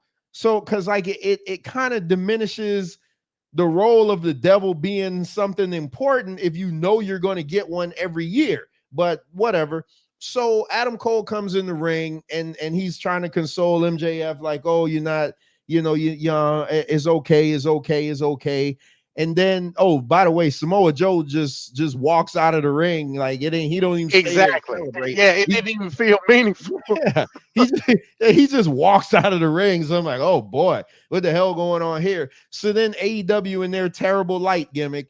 So the devil guys come around, and then they get in the ring, and now they're threatening to hit Adam Cole and MJF with a chair. Adam Cole's like, hit me, but MJF being the great friend, like, no, hit me. And then all of a sudden the lights go off for like 18 hours. Yeah, they're terrible with their, I mean, they need somebody to come in and do production for them, because their light going on and off thing is horrendous. The lights come back on and you just hear a collective ooh from the audience. Adam Cole sitting in the chair along with 4 other guys. Mike Bennett, Wardlow, who is it? Roddy Strong, and I forget who the other guy is. Matt Taven. Matt Taven. So those are his Ring of Honor. Claudio wasn't there? No. I guess the guy looked like Claudio to me. So that I think Mike Bennett, he went bald, I think. Yeah, Miracle Mike Bennett went bald. So they're in the ring, and what just makes it so bad is that Adam Cole is sitting on this chair. Like, why did you have to do, if Adam Cole wasn't gonna, it doesn't make it effective when he can't stand up and do anything. Like, he's sitting in the chair. So okay, let's use some logic here. If MJF is wrestling and the devil and his guys are going to come down, you mean to tell me they're going to have to wait until he gets down there, limps on his crutches to get down there before they do something? It's almost like in the beginning when Bray Wyatt used to do his attacks, they'd set up the rocking chair and wait for him to get to the rocking chair. It didn't make any sense. I thought the devil reveal, we all knew it was probably going to be Adam Cole. Mike had the best suggestion saying it should have been MJF, but I think they went too far on with this devil this babyface run of MJF, and I just thought the devil reveal was not, it wasn't impactful. Like, it didn't do anything. But what would have been good is if Adam Cole wasn't hurt and he could have hit him with a Panama Sunrise. Or he could have done anything. Listen, all he did was sat in the chair and just looked at him and held up the devil sign. And I think one of them must have hit him with a super kick or something. But the fact that it wasn't Adam Cole, to me, just made it just diminished it. Like, it wasn't as impactful as it should have been. I don't agree with that. I think him sitting in the chair is kind of symbolic. I don't have a problem with that at all. I have a problem with the devil thing. Almost feels like the Black Scorpion gimmick to me, and that wasn't the greatest thing either. But I don't have a problem with what happened at the end there at all. Could it be better if he wasn't hurt? Yeah, but him sitting in the chair, like the boss position, and the guys surrounding him able to execute his doing, that's actually a position of power, even in his weakened state. So I wasn't too hemmed up on that one. Yeah, I mean, me personally, I'm surprised that and it goes to show you the shuffle that Tony Khan goes through when he books these storylines. He went through all of that with this devil storyline to go with the obvious pick. Like, I was kind of with Mike saying maybe it's MJF. You know what I'm saying? I don't know. It was just kind of quirky to me to go through months of storyline with the devil just for it to be obviously Adam Cole that can't do nothing. Broke his ankle jumping off a stage. You know what I mean? I can only assume that he'll be back before Revolution. I don't know. You know what I'm saying? But what are they going to do in the meantime? Are they just going to throw like the kingdom at MJF for the time? I don't know. And another thing, they didn't put any emphasis on Wardlow being part of the group. That's huge. They just said, you know, like they just throw their mask off and that was it. Like Wardlow, remember when Wardlow came back from being in catering? Yep. Saying that he wanted MJF. You know what I'm saying? He singled out MJF.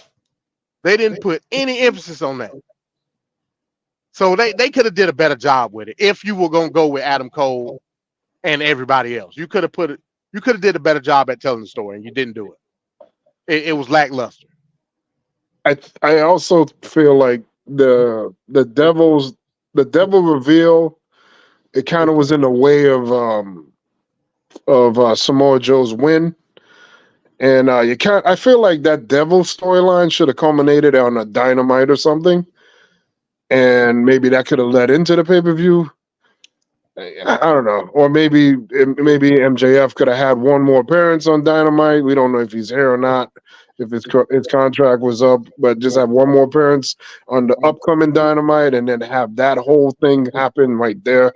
Because it just took away from Samoa Joe's like winning, and I don't know. I just wish the devil stuff was separate from Samoa Joe versus MJF. Exactly. They completely overshadowed Samoa Joe. Completely. Like, you're so right. Like, they completely, the fact that he left the ring so quick and just, hey, okay, so I mean, what they're gonna say? They're gonna redeem it like, hey, that was part of the deal.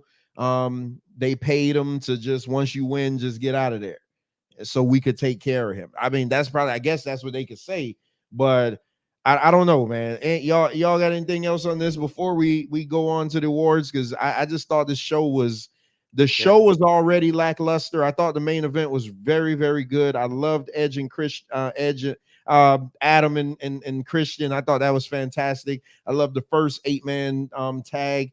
I just thought those 3 matches was really, really good, and the rest was very, very subpar. Yeah, this had to be the worst AEW show of the year, which, I mean, if they got a bad one, fine, because they had so many bangers throughout the year. So, I mean, everybody's due for one, but this one could have been so great. And I think this reveal of Adam Cole being the devil, it just I don't know. I don't know. So what would be the rating for the overall pay-per-view? I gotta give this a 3. Yeah, me too. It's me a card. It's me a card. I gotta get us a 3 because the main event day one was better than this. Oh, day Way one was better. awesome. Yeah, day one was awesome, man. Day one was awesome. That Drew and Seth Rollins match was great. I hate the way that I hate that Drew lost, but yeah, I give it that's a travesty. Yeah. I think Drew McIntyre needs to go to AEW and feud with Samoa Joe. I mean, because the top of WWE's card right now is too stacked. I think that was it for him. What'd you get us, Venkat? Straight 2. This is a jobber status, man. This was bad. We can't act like it was good. And the only thing keeping it from being buried is the only thing keeping it from being buried is a few things, the Samoa Joe match and the 2 8-man. And some of Edge and Christian, I would have to give that a negative score. I think the ending was so bad that now it made me hate the match. He's at a negative score. Damn. You gave that a negative score? A negative. It's got to be a negative, man. Wow. Hey, let the record show I'm not the one this time, because y'all love to say I hate AEW. But you can't beat around the bush with some of this stuff. I mean, it's just ridiculous. When you play these silly games and whatnot, it completely kills it. It's like watching a movie, you're like, oh, this is good, and then you get towards the end and it just all falls apart. You don't come back and say, oh man, I really love that movie. No, you don't. They done messed it up for you. So it's the same scenario. Speaking of stuff that Venkat don't like, I know we're not talking about Raw tonight, but speaking of stuff that Venkat don't like, watch out for Nia Jax.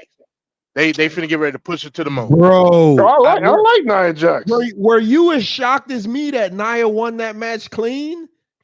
And it was a good match.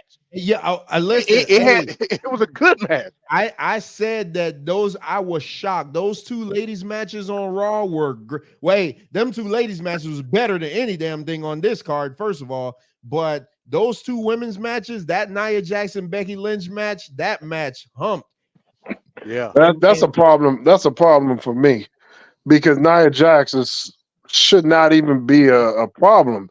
For the fact that skinny ass Becky Lynch is really it's gonna be shocking that she lost to Nia Jax.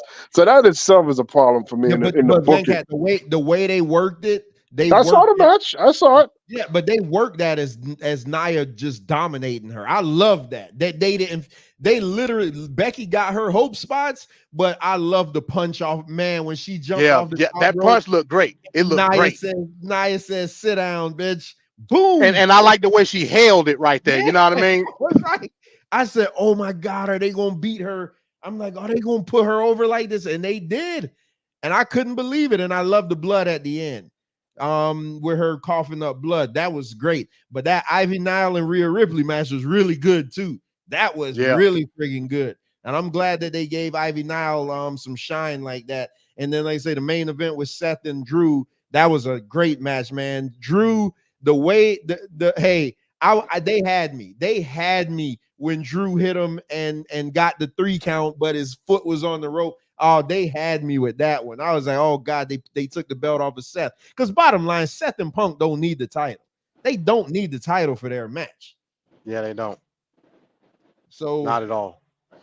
So there y'all go with y'all impromptu day one. So this is what we're gonna do. We're gonna get into the award show because I know Dynamite is almost on, and I know Neribomb's gonna run. I see Bones in the chat. So Bones, let Chris know we're about to reveal the picks. So Venkat, you're gonna have to, because this presentation is I must have uploaded it in like the best fonts, is way too big for me to put in the studio. So I'm actually gonna have to share the screen from a separate screen, so I won't be able to see anything in the chat because I'm gonna be thumbing back and forth. So as I stated earlier, the way these picks came about, we got 9 categories. The way these picks came about is we had 7 different people give 7 different nominations. For the most part, everything was a landslide. But for the ones that weren't as easy to decide, then we had to put it to a separate vote. Next year, we'll do it based on the way the NBA does it, but we didn't have that time this time, so we will do it that way next year. But sit back and enjoy the first annual Wrestling with Reality End of the Year Awards, celebrating the best in pro wrestling for 2023. And the first category is Manager/Valet of the Year. And in this category, it is recognizing the individual who added the most value to their clients' storylines and matches. And our 2 finalists are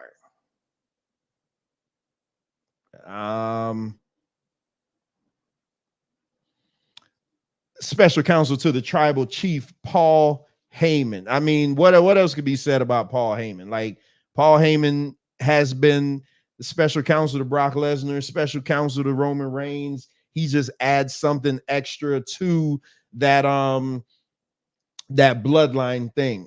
And so now the second finalist, which I shouldn't have been surprised, Prince Nana, because everybody's going crazy over this guy. Prince Nana is this looks silly. This looks silly. This guy, come on, that's not a legitimate pick. Hey, that's an illegitimate pick. Hey, I didn't. That look kind of silly. You got Paul Heyman, Hall of Fame without question, and then this goofball. Hey, I didn't make it up. What did he do all year long that validates this nigga coming up on here? Really, somebody got to explain to me. What? No, I can't hold back on this one. Somebody got to explain to me why this illegitimate guy is like tops with Paul Lee. That don't make sense. Hey, I didn't make it up, man. You gotta blame the committee. So the winner is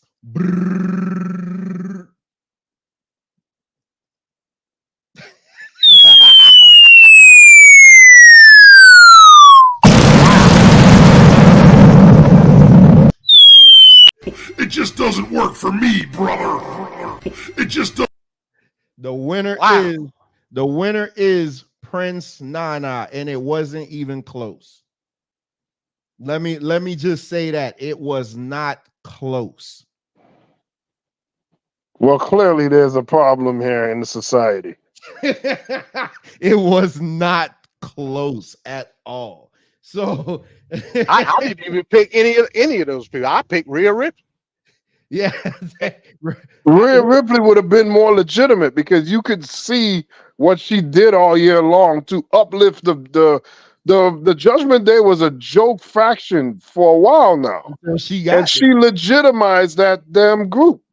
That's why I said that's why I was like, man, I get why you want to do it the way you want to do it for next year, but when I saw these coming in, I'm like, man, we are not the same type of wrestling fan. Like I'm realizing now I watch wrestling different from the majority of the people that's in this conglomerate here. So as the eyeballs are coming in, y'all make sure and hit that like, share, and subscribe button. And peace to y'all, man. Over the past couple of weeks, we gained like 200 new subscribers. So I really do appreciate that. And also, man, y'all check out my Church's Chicken review and my YouTube shorts. Already close to 3,000 views on it, which is insane. Y'all be sure to check that out. Oh my God, this nigga eating Negroes chicken. love chicken, man. They gonna like the video. Negroes love chicken. Yeah, man. All the fantastic work we put out on this channel, y'all, is the Church's Chicken video that y'all love it. All right. That's the only time they go to church, by the way. It's for chicken. So our next category is promotion of the year. So this category highlights the wrestling promotion that excelled in storytelling, match quality, and overall fan engagement. And our 4 finalists are obviously AEW, TNA Impact, 3 finalists, and the WWE. So Church's Chicken equals Mike is right. Wait, Mike always trying to look too deep into stuff.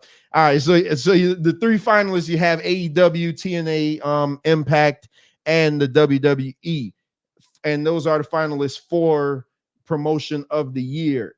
And the winner is, go ahead and hit that bomb.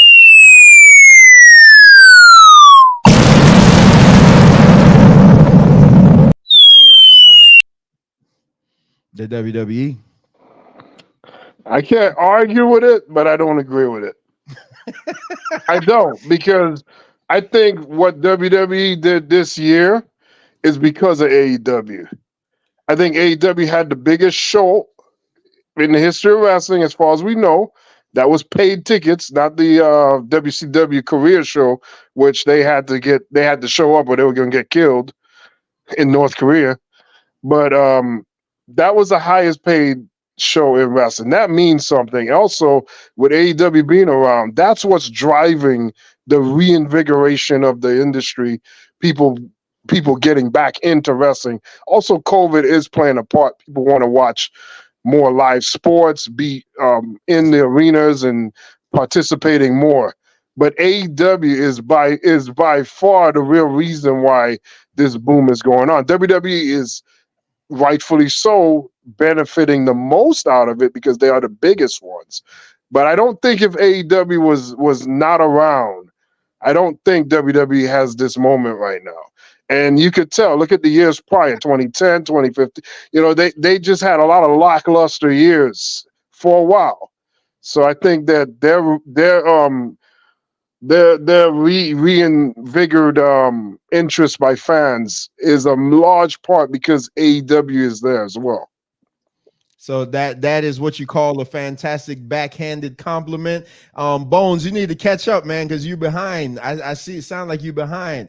But yeah, Venkat just showed you the art of doing a backhanded compliment. MD, you got anything on this one?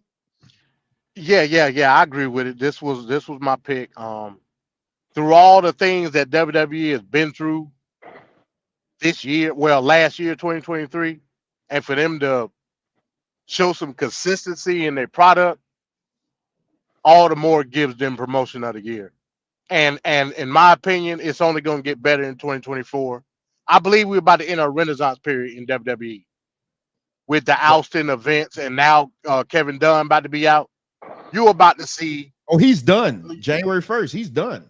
Oh, okay. So yeah, so I think we're about to see a renaissance period as far as consistent good wrestling in WWE in 2024. Yeah, so, but we already seen that in AEW. They had the good, consistent wrestling all year long, except for this dud that they pulled off. But other than that, all right. Let me give a correction then. Let me not say consistent wrestling. Let me say a consistent product. Let me say that then. We know the wrestling is good in AEW. I'm not going to argue that.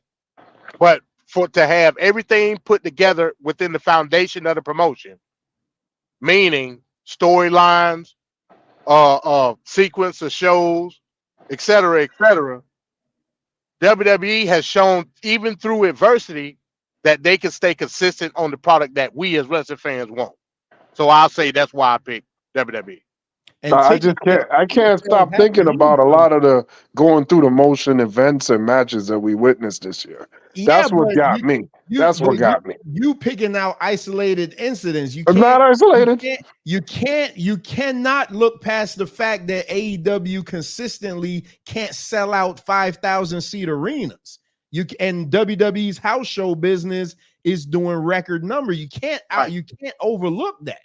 And you can't overlook the inconsistencies in the product. See, it's one thing to say, Vatcat, in your opinion, you would say this category is promotion of the year. It ain't wrestling of the year. You know what I'm saying? I would hear your argument if it was that. But when I think of a promotion, I'm thinking about the totality of the product.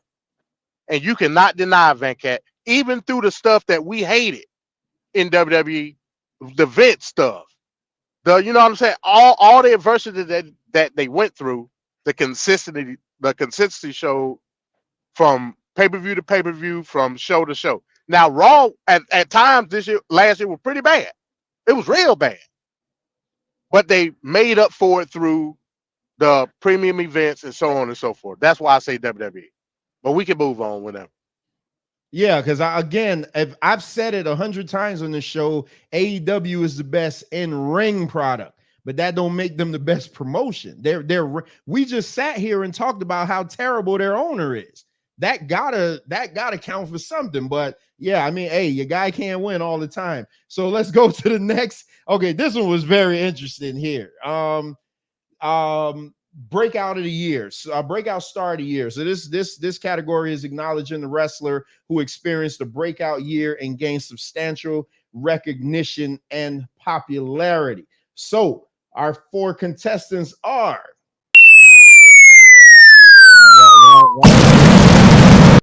wrong time for the bomb, man. Wrong time for the bomb. Our 4 contestants are Will Ospreay, Swerve Strickland, Trick Williams, and LA Knight.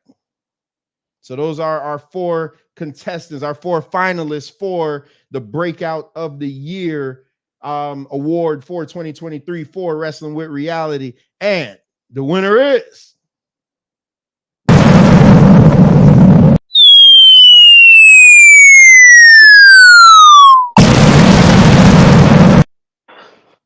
man. Man, he just pushing. He's just shooting from the hip now, and the winner is L.A. Knight. I mean, this actually was closer than I thought. This really came down to L.A. Knight and Will Ospreay. I picked Dominic Mysterio because I just thought Dominic Mysterio had the best. I thought Dominic Mysterio had the best breakout year. It just doesn't work for me, brother. He's behind. Hey, Bones and Zay, y'all won't have to worry about all this interruption on y'all show Friday. I don't interrupt people. We won't have to worry about these interruptions. But I thought Dominic Mysterio had a breakout year. But I mean, the people have spoken, and LA Knight is the winner of this category.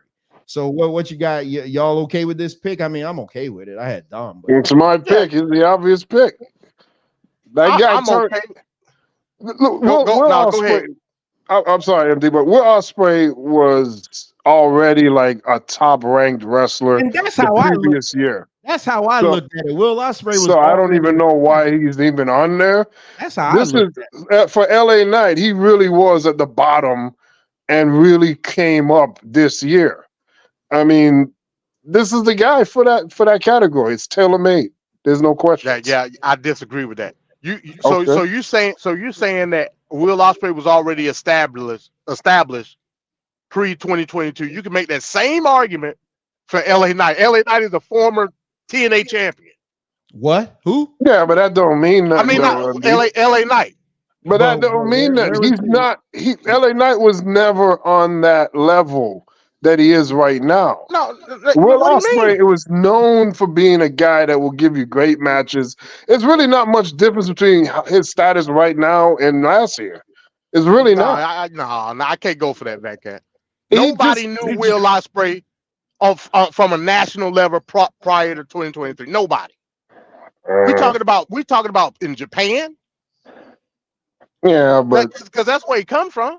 So now you're saying that what Will Ospreay did this year, even though he had some great matches, but it overshadows like LA Knight rising in the biggest company in the world. I'm not saying that. It was a tough. I was torn between LA Knight and Will Ospreay. I picked Will Ospreay because he broke out on AEW, having match of the year contenders. Yeah. Nobody outside of the Smart Mark AEW fan knew who Will Ospreay was. Let's just keep it real. Nobody. He had 2 potential match of the year candidates last year. 2 of them. Maybe even more. Maybe even more. You're right.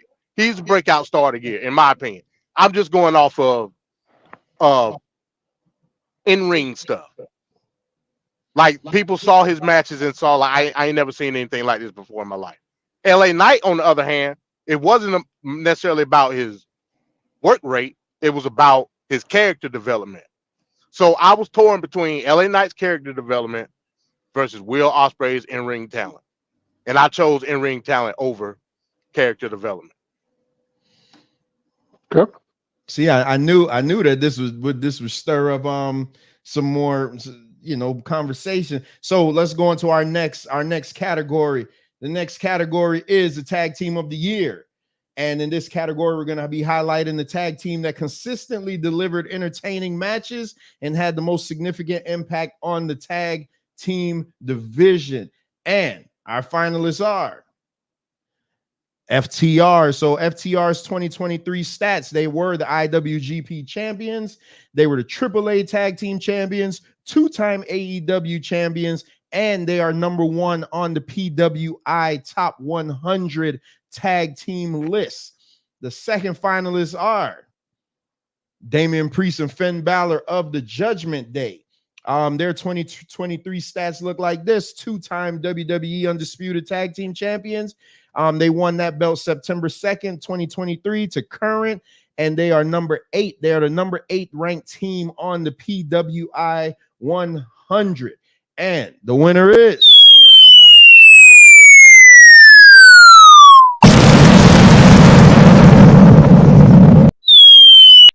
this was one of those that was a landslide. This was, I mean, I think maybe only I don't even remember how many people picked the Judgment Day, but this one was a landslide. I mean, who was better than them? Who I think Bones picked Judgment Day because now he's saying it. Yeah, Bones the one picked the Judgment Day. Nobody was better than FTR. Nobody. Just absolutely not. Can't argue with FTR on this one. You can't argue. Yeah, you ain't getting no pushback on that.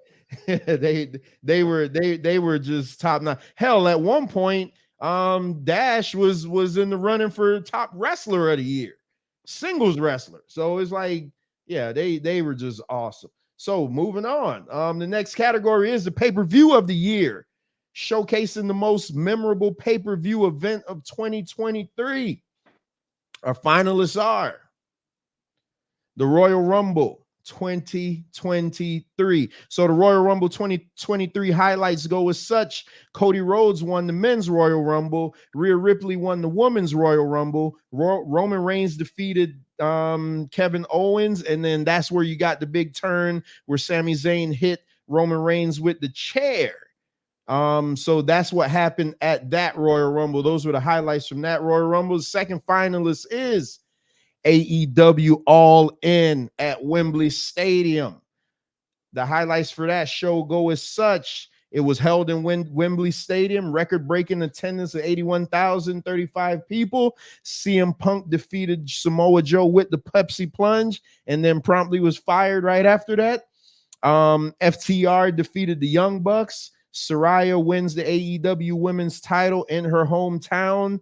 And MJF defeated Adam Cole to retain the AEW title. Those were the highlights from that one. And the third finalist in pay-per-view of the year was AEW Double or Nothing. And should be Backlash. Should be Backlash. Well, sorry, nobody voted for it. AEW Double or Nothing. The highlights go as such. AEW World Championship, the Fatal 4-Way match. That was a 4 pillars match. Darby Allin versus Jungle Boy versus Jack Perry versus Sammy Guevara versus MJF.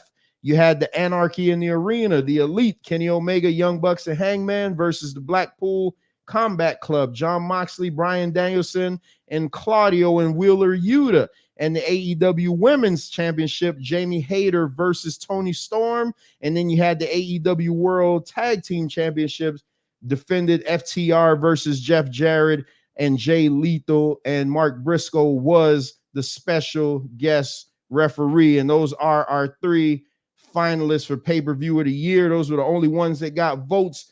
And the winner is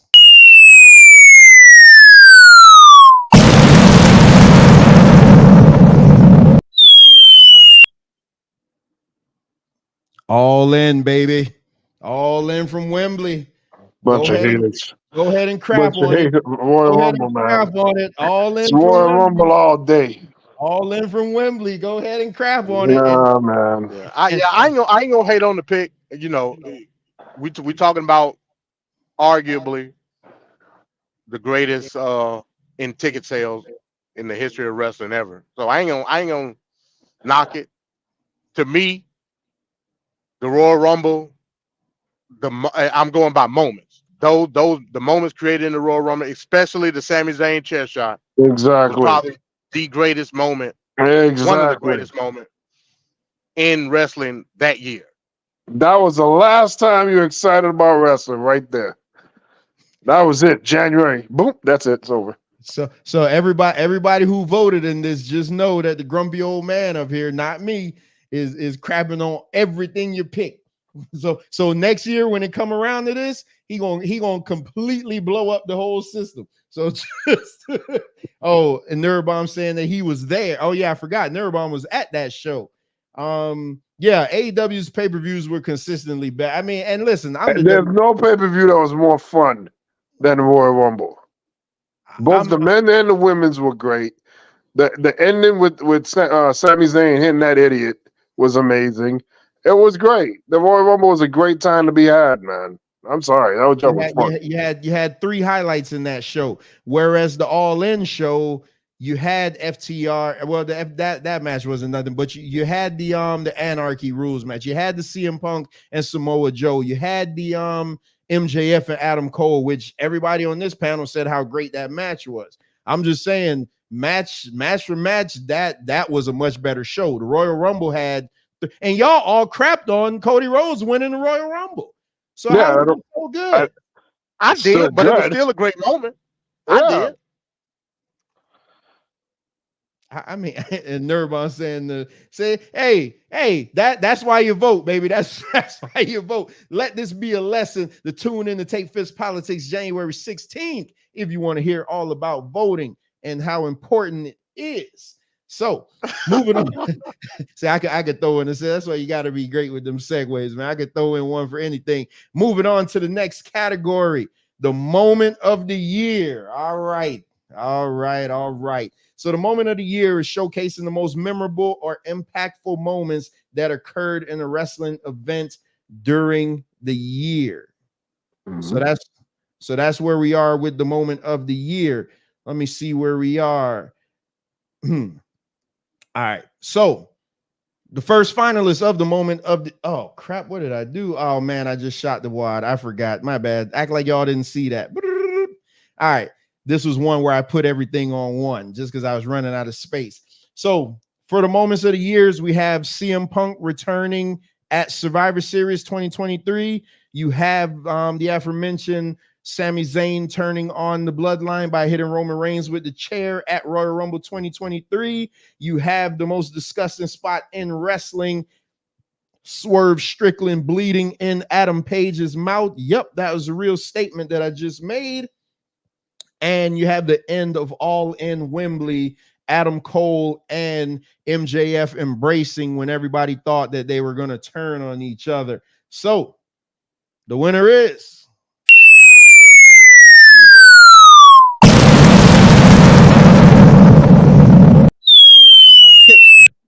could a moment have been bigger than the return of the prodigal son back to WWE? That is some bullcrap. Like, I mean, come on. This guy showed up at the top of the damn key and never left. And showed his ugly mug, did nothing, by the way. Didn't even say a word, and that's like the biggest moment. Sitting his happy ass down on the ground. Meanwhile, Roman Reigns gets hit by a steel chair. One of the top 5 moments in all of wrestling. Okay, check please. These niggas crazy. I can't agree with you on that one. This is something that nobody ever thought was ever going to happen ever in the history. Of, you know what I'm saying? The guy got fired and he went back to the only other option he really had. That's not a big deal. Hell froze over. Hell froze over. Please, not to mention the fabricated controversy that happened after the fact. You know what I'm saying? Like you had everybody buzzing, Fat Cat. You can't deny that. When Roman Reigns got hit with that chair. When Roman Reigns got hit with that chair. That's all I gotta say. Carry on. I agree, but it wasn't bigger than this. Oh boy. All right. I think we got we got 3 more. So we're making great time. So the next category is the match of the year. And in this award, we're going to be honoring the most memorable and well-executed match of the year, considering both storytelling and in-ring action. And the finalists are Adam Page versus Swerve from Full Gear 2023. The second finalist is Kenny Omega versus Will Ospreay from Forbidden Door 2023. Third finalist, Kenny Omega versus MJF from AEW Collision 1020 on October 28th, 2023. And the last, but certainly not least of the finalists for match of the year, Carmelo Hayes versus Ilya Dragunov at the NXT Great American Bash of 2023. So this one was a harder one. And the winner is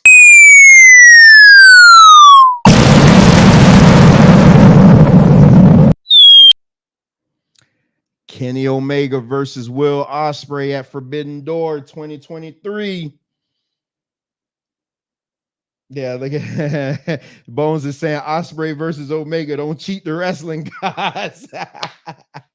Kenny Omega versus Will Ospreay at Forbidden Door 2023 was the winner, and this one was this was one of those that was this was overwhelming. Like this was overwhelming, really. So this, I mean, I didn't. So I'm full disclosure though, I didn't see this match. So I couldn't have picked this. I couldn't pick this match. Look at that. Bones. What was your pick? Bones is hyped. My pick was the Revival versus the Golden, the Bullet Club Gold from AEW Collision. I thought that was the best match of the year. That tag team match that I watched twice, and it was so good I had to come back and review it on the show. So it was a number of matches. It was a number of matches we could have went with. Yeah, the majority of them come out of AEW, which also proves my point. We're not talking about best wrestling, though. That's what you're not understanding. You can have great wrestling, but if you can't move tickets, then what? if you gotta block off half your arena for every show you do, then what? When I take the picture on the 26th from SmackDown, I'm gonna show y'all what a full arena is supposed to look like. I mean, it is what it is. Right. It is. That's the go home show for the Royal Rumble, right? Yep, that's the go home show to the Royal Rumble. That's on the 26th. I've said AEW's in-ring wrestling is fantastic. You heard me talk about that Revival and Bullet Club Gold match like it was the greatest thing I ever saw. I think I put it up against some 80s tag team wrestling matches. It was that fantastic. But yeah, Nurbon saying he saw that live. Damn, he watched all the good matches live. I picked this match. I didn't see Forbidden Door live. I had to go back and watch it. And the match was amazing. I think he was there. He was there live in the building though. Oh, okay, all right. Well, that's even better. But yeah, I didn't watch Forbidden Door live as it was happening, is what I'm saying. I went back and watched the replay. And this, you talk about breakout star, this is one of the matches that broke Will Ospreay out. And that's all I'm saying. New Japan don't count, especially according to somebody like Venkat. You know what I mean? New Japan don't count. So I'm saying, I'm talking about in the aspect of national TV here in the United States as a wrestling fan. What does New Japan mean to you? Nothing. Oh, there you go. It means something, but it's not the number one thing. I mean, WWE is the biggest company in all of wrestling in the world. Well, I don't disagree with that, but what they do is going to carry a lot of weight. You can't disqualify him as breaking out. No, well, I just feel like he's already arrived. I felt like he had already arrived at that point. I think some of us, like me, myself included. When did he arrive? Clearly, he arrived when he was picked. Like I think he was like number 3 or number. I don't know what if Trevor's having a midlife. You talking about last year, right? On the PWI. Yeah, he was like in the top 5. So clearly he's doing something. New Japan. Where was he at? New Japan. Okay, that's all I'm saying. Yeah. Speaking of New Japan, I will be watching Wrestle Kingdom. Bones, I'm gonna watch Wrestle Kingdom, and then me and you could review it, because I know you probably the only person I know that actually watches that. I am gonna watch it this weekend, so that's crazy. This will be the first time I ever watch Wrestle Kingdom. So that's 2 nights, right? Yeah, that's 2 nights. Yeah, they do 2 nights. All right, yeah.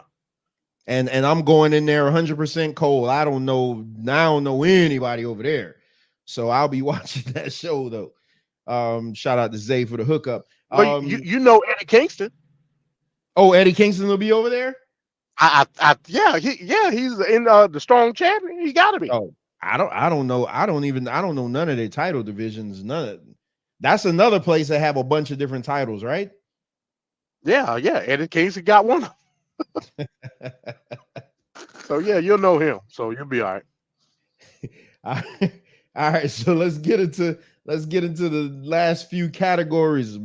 The next category, we had a feud of the year, and this is celebrating the most compelling and emotionally charged storyline or rivalry between 2 or more wrestlers, and these is the feud of the year.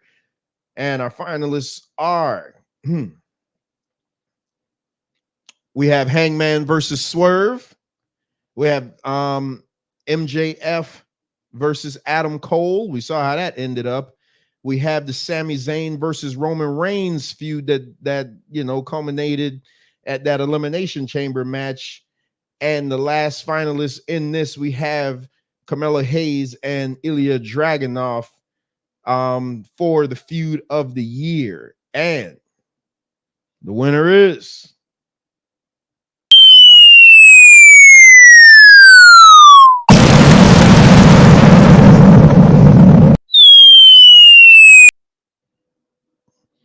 This was another one of those landslides. Swerve versus Hangman. This, what I'm starting to notice, this is a very AEW centric list though. The more that I'm looking at it, It's so no, Nurbon saying he's watching Wrestle Kingdom too. So what you guys got on this is feud of the year, Hangman versus Swerve. Yeah, it was one of my picks. I can't disagree. I mean, we talk about blood feud, and for the most part, all of the nominees were, I guess you would say, short lived. But as far as intensity, yeah, Swerve got it. Swerve and Hangman got it. This is a no-brainer right here. I mean, this is probably the only real feud of the whole year, to be honest. I thought he was going to find a way to crap on this. I thought he was going. I picked this. I picked this match. It's an obvious pick. When you think of feud all year long, there was no other feud like this. It's not even close. Like most of these other so-called feuds, they're like somebody bumping into each other at the airport and then walking by each other. This was a feud, man. This is the only feud all year long that went this intensely. So it has to be recognized. Yeah, there was a no-brainer. This should have been unanimous. It ended the best way possible with like this scene. You can't this is a fantastic scene, and then the way the match really ended with him hanging. That looked like Starrcade '83. Oh that yeah, match. Yeah, every damn match. That damn match has so much hepatitis and gonorrhea and stuff on the ring apron. So now, if I said that, Mike would be all over me. so I see Zay is in the chat. Zay, y'all thing gonna be similar to this Friday. So I wish I could send it to you ahead of time, but no, you guys need to be surprised. So so next category. Female Wrestler of the Year. Man, I wish I could find my drop. Female Wrestler of the Year. So this category is recognizing the top female performers based on in-ring skill, character development, and contributions to the women's division. And in this category, it only came down to 2 finalists. First finalist is Rhea Ripley. Let's go over Rhea Ripley's highlights for 2023. 2020, she was a 2023 Women's Royal Rumble winner. She defeated Charlotte Flair at Mania for the title in one of the best matches of the year, men or women. She's been the WWE Women's Champion since Mania 39. She has won 29 of 31 of her televised matches. And the 2 that she lost was probably like DQ or something like that. And she is the #1 rated woman in the PWI 250 for 2023. And the second finalist is Io Shirai. So let's look at Io Shirai's 2023 highlights. She is a 2023 woman. Io Sky? Yeah, I'm thinking of her real name, Io Shirai. Oh, okay. Io Sky. She is a 2023 Women's Money in the Bank winner. She cashed in on Bianca Belair at SummerSlam. She's been the champion for 5 months with six successful title defenses. Io Sky is number 24, is the number 24 ranked woman on the PWI 250 list for 2023. And the winner is. But she also stays on top of the cage for 5 minutes before she decides to flip. You forgot that statistic. And the winner is.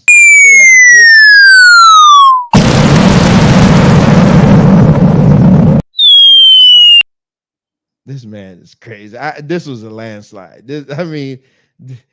I don't even know who got Io Sky in the running. I forgot to even be a finalist. But this should have been unanimous. There was one person that voted for Io Sky. So you could say that this was unanimous. It probably was Bones. He got a thing. I'm almost certain it was Bones because of his Asian love. I'm almost certain that's who it was to even get her in the running. But everybody else, this was a unanimous thing. Rhea Ripley. What else could you say? What you guys got on this? Hey, we can move on to the next one. It is what it is. Yeah, this one was obvious here. Just like the feud of the year, this should be unanimous as well. All right. Yeah, so Bones saying it was him, and he's like, EO should have won. Hey, but you can't be ranked number 24 and think you're going to dethrone the number one woman in the PWI. I mean, 24 is, listen, if EO was ranked 24 and you had Willow Nightingale and Jamie Hayter in the top 10, something's wrong. Something is definitely wrong there. I mean, in my opinion, weight. She ain't got no weight. EO need to get out of damage control. You know what I mean? Yeah. She got to get out of damage control. I think that's hindering her in terms of character. No EO, but as far as character and her persona, she got to get out of damage control. It ain't doing nothing for her. Or they got to get rid of Bailey and just let the Japanese girls handle it. You know what I'm saying? Bones has a point right here, though. She has not had a great match really since Mania. But her title run has been weak, so that's the one thing. But that's the problem. All the other women are just so bad that by default, the default she's gonna be better. So that's the problem with it right there. Stop moving the goalpost. Damn, why can't I find this? Why I can't find this drop, man? What are you looking for? No, I'm looking for you. The women are crapping the bed. I don't know what I did with it. Oh my God, please tell me I didn't. You know what? I replaced it with Mike stop moving the goalposts. That's what I did instead of putting it. Let me see something. Yep, that's exactly what I did. Damn. All right, I got to reprogram it. Yeah, Rhea Ripley was this was my pick. I mean, hands down. Rhea Ripley had a good match with Zelina Vega. I mean, come on, man. For that alone, she should have won. She should have won the damn award. Not many of her matches are good. Not many of her matches are great. You didn't like the one she just had Monday with Ivy Now? I only saw bits and pieces of that one. It's just okay. See, and look at that. Her and Charlotte, was her and Charlotte a match of the year contender to you? Hell yeah. Hell yeah. Okay. All right. Yeah, if it wasn't for Kenny Omega, it probably would have been my pick. Yeah, Venkat was really high on that match. I got to give him that one. He I remember after that match, he was like just raving over it. That was the best match in all of WrestleMania, both nights. That was the best match the whole event. This man here crazy as hell. Just truthing.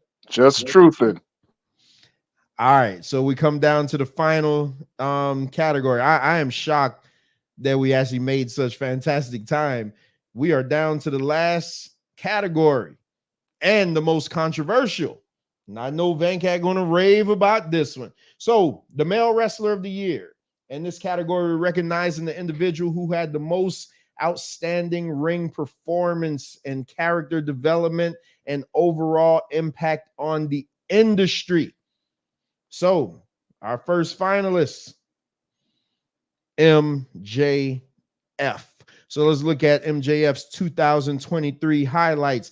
MJF defeated Jon Moxley for the AEW title November 19th, 2022. He is the longest reigning AEW champion at 400 plus days. I mean, he just lost his Sunday, but I made this before that.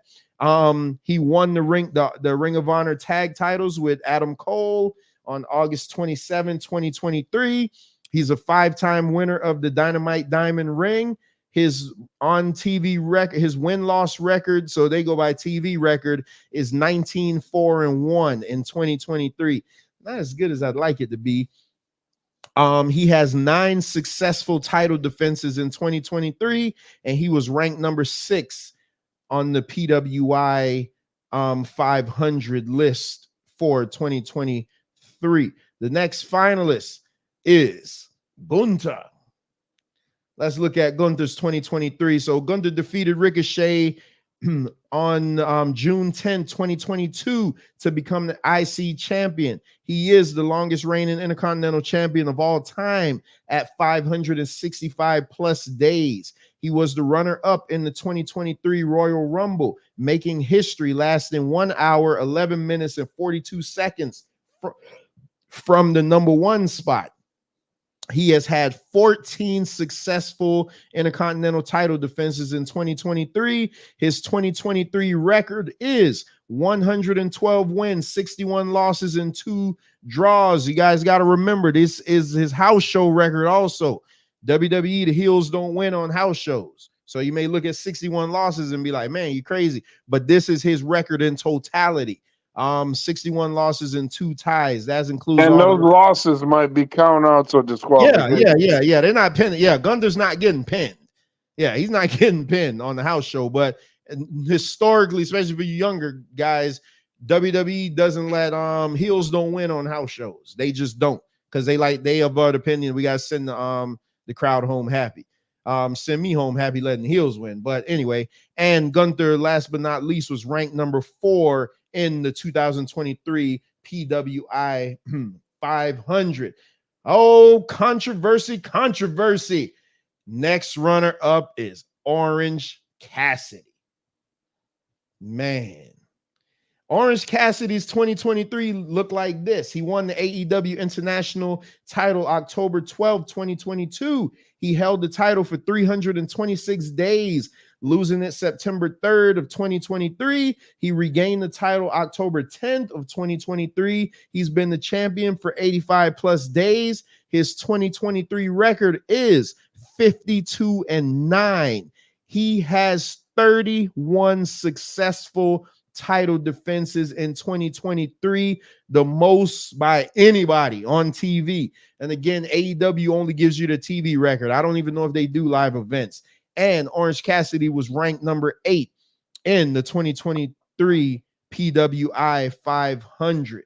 Roman Reigns has 30 title defenses in 5 years. Carry on. Last but certainly not least is Seth freaking Rollins. Let's look at Seth's 2023. Seth Rollins won the World Heavyweight Championship in the finals of the tournament at Night of Champions, May 27, 2023. Seth has been champion for 221 days with 9 successful title defenses. Seth's 2023 record is 81-20-1. And again, that is house show record also. He wasn't a face all of 2023. So that's probably where those losses came from. Seth is the number 1 ranked wrestler in the PWI 2023 list. And the winner is... It just doesn't work for me, brother. It just...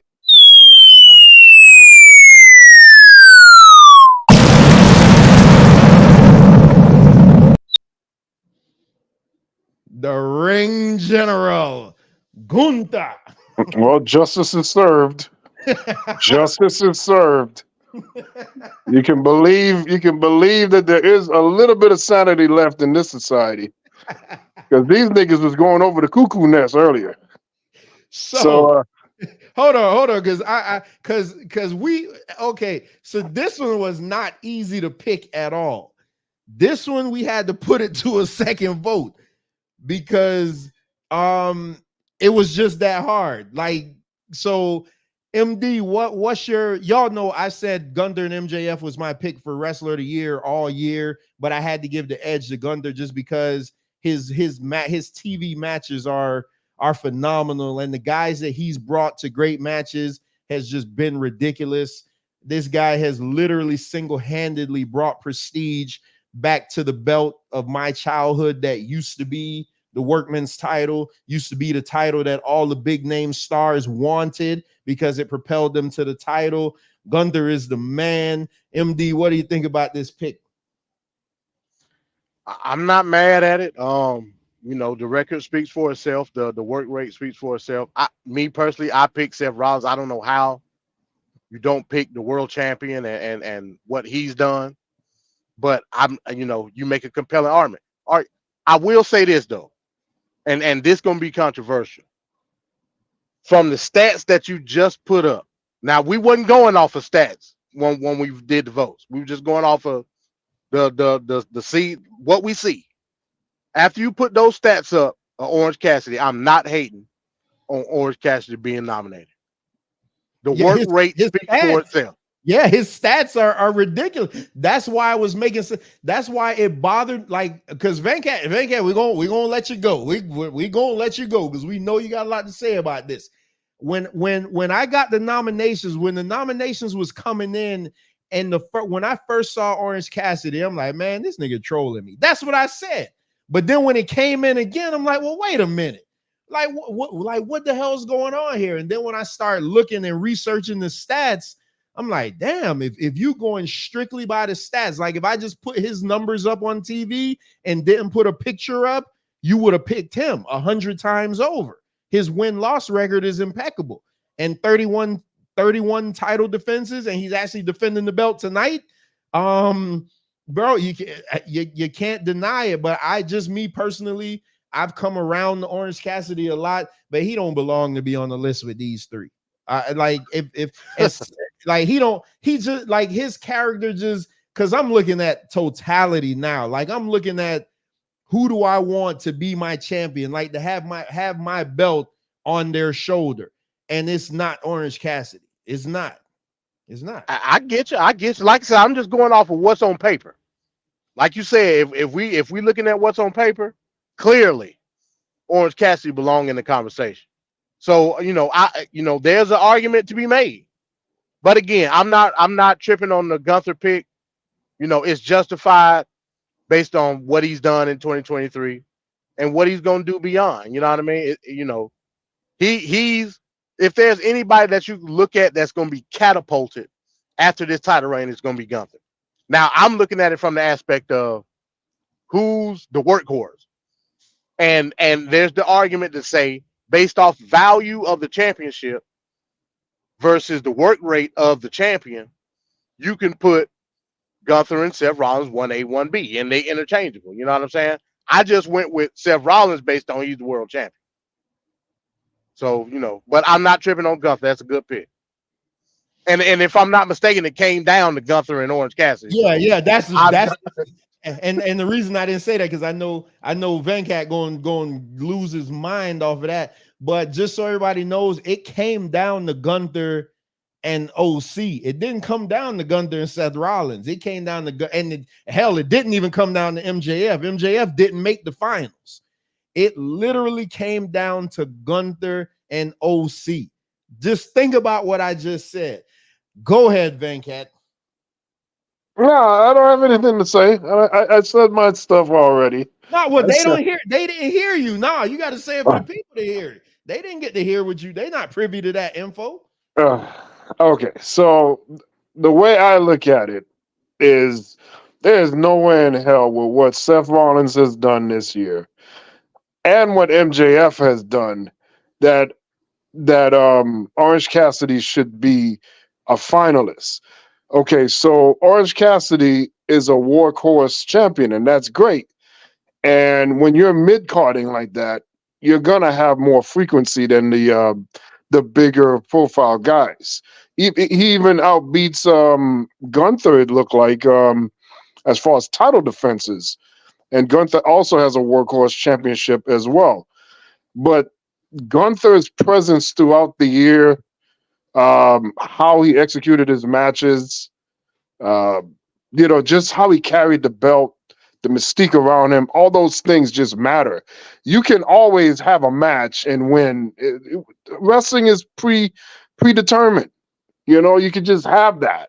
I'm not trying to put it down. The 31 title defenses, that's great. I mean, them other guys didn't do that. That's great, but he's still not wrestling who the other guys are wrestling. Seth Rollins is wrestling the better top tier guys than Orange Cassidy would have coming from AEW. Gunther, his matches, I don't think Gunther has a bad match. So I just think for what Gunther has done, it's so overbearingly strong that a guy racking up some pins on elevation or whatnot before they were gone and doesn't matter as much as what Gunther's putting in on Raw or SmackDown and pay-per-views and so on and so forth. So you could get intertwined with that number, that 31 title defenses, or you can look at the actual work and the level of the work rate. And that's what I'm looking at. Gunther's the man. That was his year. He's the best overall performer of the year. Oh boy. Bro, what kind of trash did you just spew on these airwaves? He What kind becoming of Mike. you gonna sit? Oh, Go ahead. Nah, he breaking up. Come on, man. Did he go away? Nah, he probably driving. He breaking up. Well, yeah. I mean, Gunther's the man. Gunther's the man. You can't deny Gunther, man. It's just hard. That's a hard sell for me to believe Orange Cassidy. Again, Orange Cassidy. I liked Orange Cassidy before he came to AEW. I think he's great. I think what he's doing is great. I think what Orange Cassidy did is like what we would say would be a breakout performance. That would be more apropos for him. Sir, I don't think it's not on the same level as Seth and them. So is Gunther then. Huh? So is Gunther. Gunther's not no breakout. Gunther broke it already. No, Gunther ain't break nothing. Gunther finally got a title. He brought his little whack crew that nobody cares about, and now they're on the big stage. He's breakout too. Anything you say about Gunther, you can say about Orange Cassidy. The only thing Gunther has on him is he's bigger. That's it. Orange Cassidy has a better work rate, better win rate, fight. And you keep telling me, oh, Seth Rollins just beat. Well, who did he just beat? He just beat he beat Drew McIntyre. He beat a Uso. He beat Drew McIntyre. Yeah, no, I'm talking about before. He beat a Uso before. He got Drew McIntyre. His belt isn't real. It's a Whopper Jr. He ain't beat Roman. He ain't no champion. Like, why we acting like this is a real belt? Roman has never never beaten Seth. Never. That title has more weight to it than that international title. I have what do they call them things? You know how you have like the little water guppies or the little ant pile or your little ant collection. People's ant collection has longer lineage than Seth Rollins' belt. I ain't trying to hear that. The belt was just invented. Wait a minute I don't care now. what they want to put on it. Yeah, wait a minute now. It's a Whopper Jr. Mike, that international title hasn't been around forever either. Yeah, right. So I'm saying you guys are acting like Seth Rollins' belt has so much more lineage. It doesn't. I picked Gunther. What the hell are you talking about? I'm not talking to you. I'm talking to Venkat. Yeah. He was talking about Seth Rollins this. Seth Rollins had a great year. Who is OC defending the belt against tonight? Some guy off of AEW Dark, right? I don't know. I gave up on AEW. That's what I'm saying. Those wins are like let go of CM Punk. I gave up on him. Exactly. I think it's Daniel Garcia. I want to say who you love. Yeah, well, that's not who he's wrestling, but that would be great. I gotta watch that then. Yeah, let me check. Y'all just want to hate on the big dog. We're not hating on him. Hate on the big dog. We're not hating on him. I just don't think it's appropriate. You know what it is? You guys are purists, and you hate anything that has to do with comedy or anything outside of your big beefy bullshit. I came around to the man this year. I've been like Orange Cassidy. I just don't think it's appropriate. I really don't.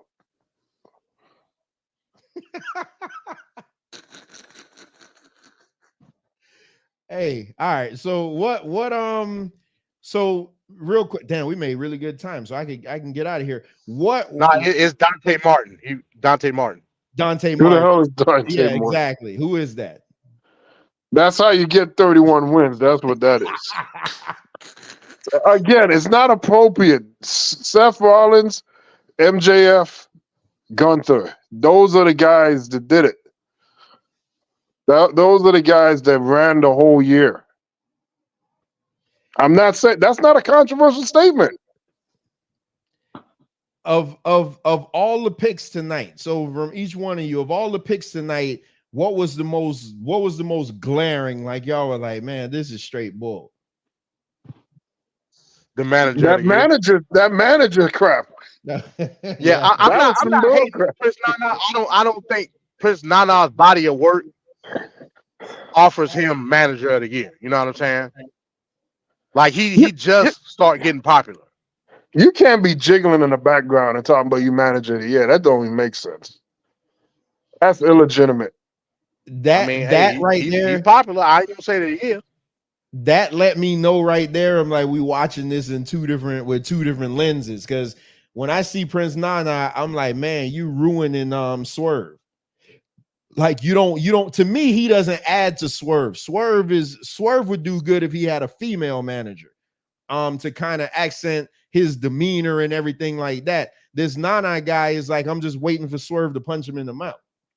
Now contrast that with Rhea Ripley and what she has done for the bloodline.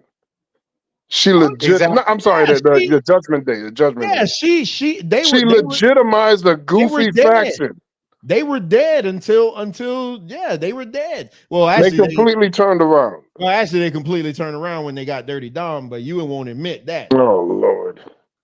Well, the way I looked at it with Rhea Ripley, not just the Judgment Day for Dom by itself, you know what I'm saying?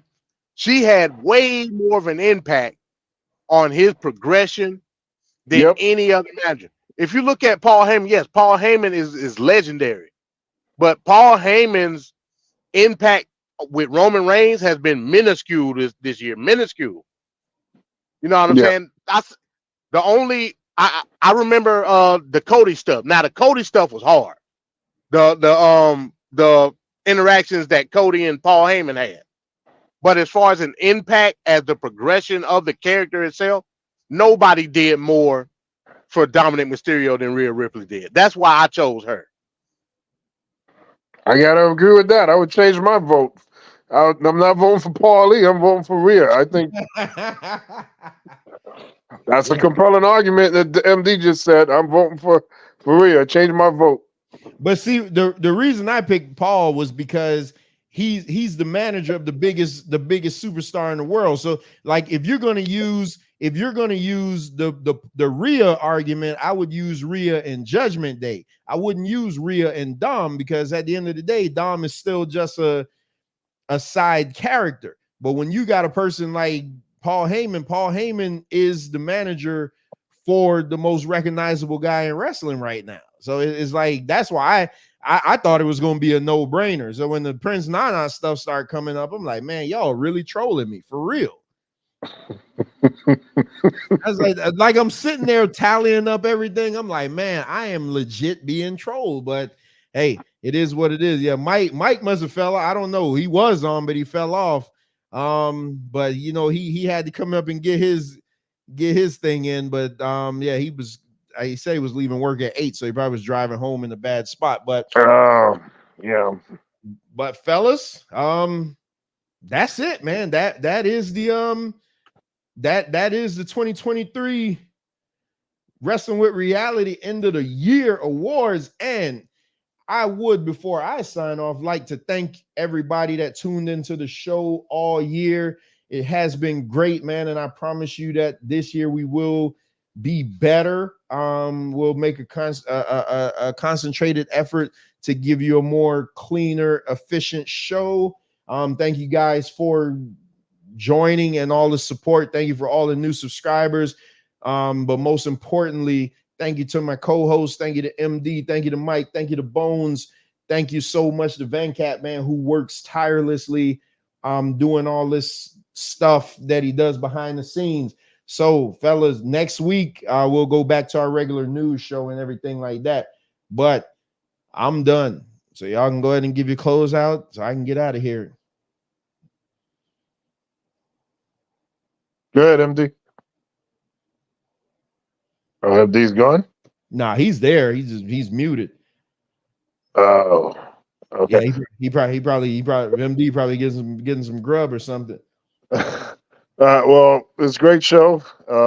We need to do this every year, and next year it's going to be like the MVP voting in the NBA.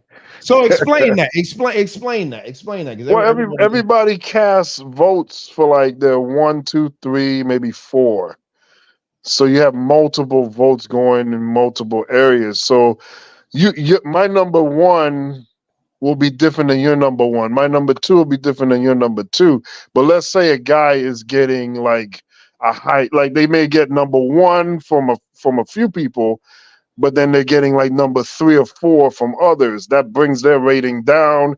And the guy that's getting 2, 2, 2 or 1 and 2, they're being lifted up. So you just want to get the guy that's got the highest ranked votes over a set amount of votes. And So you want my point total then? right. So it could be anybody. So it's not just gonna be like a situation where you could just have everybody just take over the thing by one vote. It has to be a consensus over a number of different voting. So you could say Swerve's manager, but now you have to pick a number 2, and now that forces more to come out with that voting system. So it'll be a little bit more challenging next year doing it that way than it will be just a straight up vote. Yeah, damn, that's well. So we need a cutoff date for that. Then we need to say like hey, December 1st, you got to get all your stuff in. We can't Right. unless we're gonna do the show By November. You should already be thinking about it by November. Yeah, we definitely got to have a cutoff so we know when we're gonna do it, because that's gonna be like a lot of sitting there looking at numbers and stuff, and we're gonna get trolled. We are. Like, we're gonna get the Prince Nanas of the world and all that stuff. But And that's why that's perfect, right? That's why that's because in the MVP voting, what's the name won the MVP? Joker from the Denver Nuggets. I'm sorry, that was the year before. I'm sorry. The Philadelphia guy, that's always hurt. Embiid, right? He won it, but there was one Joker was close to winning, and there was one guy that Mark Jackson, former coach, he didn't even vote for Joker because he didn't want Joker to win it because Michael Jordan never won 3 in a row. So that was his reasoning. But even with that oddball mentality, you still have to go through the process of picking your 1, 2, 3, 4, and then that helps to legitimize the vote a little bit more than having these one-offs that just take over the whole thing. So it'll be interesting. If we could get more people to vote, that'll be good. So we got 7 this year. Hopefully we'll have more voters. Maybe we could open it up to viewers. I don't know. Know how they do on YouTube where they have people voting. Yeah, I'll put the poll like at the end of all the debates. At the end of all the debates, I put the polls up. So that's what I right. So we could do a poll, and then that's enough. Now it's like the All-Star, where the voting from fans is one metric, the voting from the media, the voting from coaches. You know what I'm saying? So there's different ways to get it so it's not so direct. So Venkat basically said that y'all indie darlings ain't winning nothing next year. That's exactly what he's saying. He gonna make it so that none of you indie guys get any type of wins. Hey, I mean, if they win that way, then you can't say nothing. That would be a legitimate win. But the only thing that matters is Gunther won. We feel good about that. Because that would have been a tragedy if Gunther wasn't the winner. I think MD is back. MD, you there? Yeah, I'm here. My bad. I got a call. My bad. Yeah, go on. Yeah, peace to everybody, man. Happy New Year to everybody. Hope everybody's 2024 is successful, and that's pretty much it. TFP back on what, the 16th? Yep. So that's 2 weeks, January 16th. Yep. Yeah, we got to keep MD occupied, man. Can't have him, going back to the dark side. Damn. But all right, fellas, I think that's it. I'm about to get out of here because I think I got shows for the rest of the week. All right. All right, peace, y'all. All right, peace. Yep. Oh man, well, Talk Society, there you have it. Another fantastic episode of Wrestling with Reality, episode 35. And this was the end of the year awards. Just something we decided to do, man. First time. I promise you next year will be better. Like, we literally had to throw this together last minute, just based on all the things that was going on. But like I said earlier, I really appreciate everybody that came along for the ride. All you guys that support the channel, things like that come around for the wrestling show. We just like literally, and we're all guys that like actually work and have real families and stuff like that. But we just love wrestling. You see, I got on a friggin' Voltron shirt, like for real. We literally, relive our childhood every Wednesday through this. So this year is gonna be off the chain, and like I mean it. When I say at the beginning that, hey, all you other wrestling shows, we're coming for you, I mean that. Like, we are legit coming for everybody, because I don't think anybody does better than what we're doing as far as a wrestling show. So there you have it. Thank you to everybody that came by. Please make sure and hit that like, share, and subscribe button. To all my new subscribers, make sure and check out all the other content on the channel. Tomorrow night, I'm still waiting to hear back from the brother Steven to see if we're still doing the interview.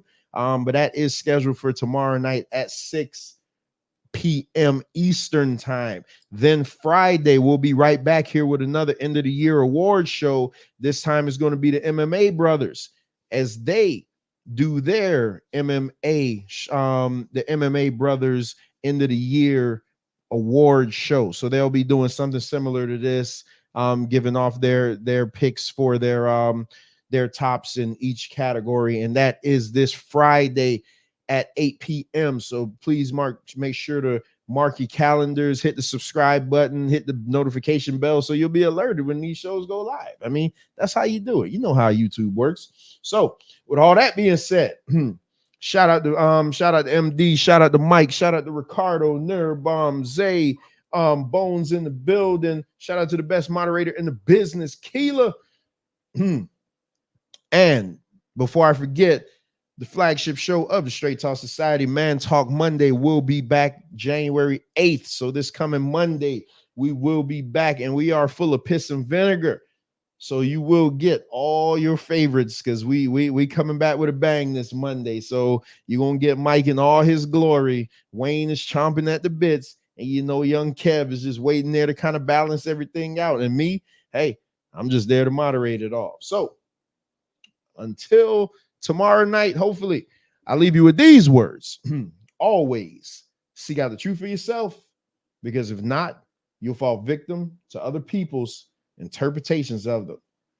Until tomorrow, peace. And the bitch. Now the whole world can acknowledge me. You'll get the shit. You'll be knee deep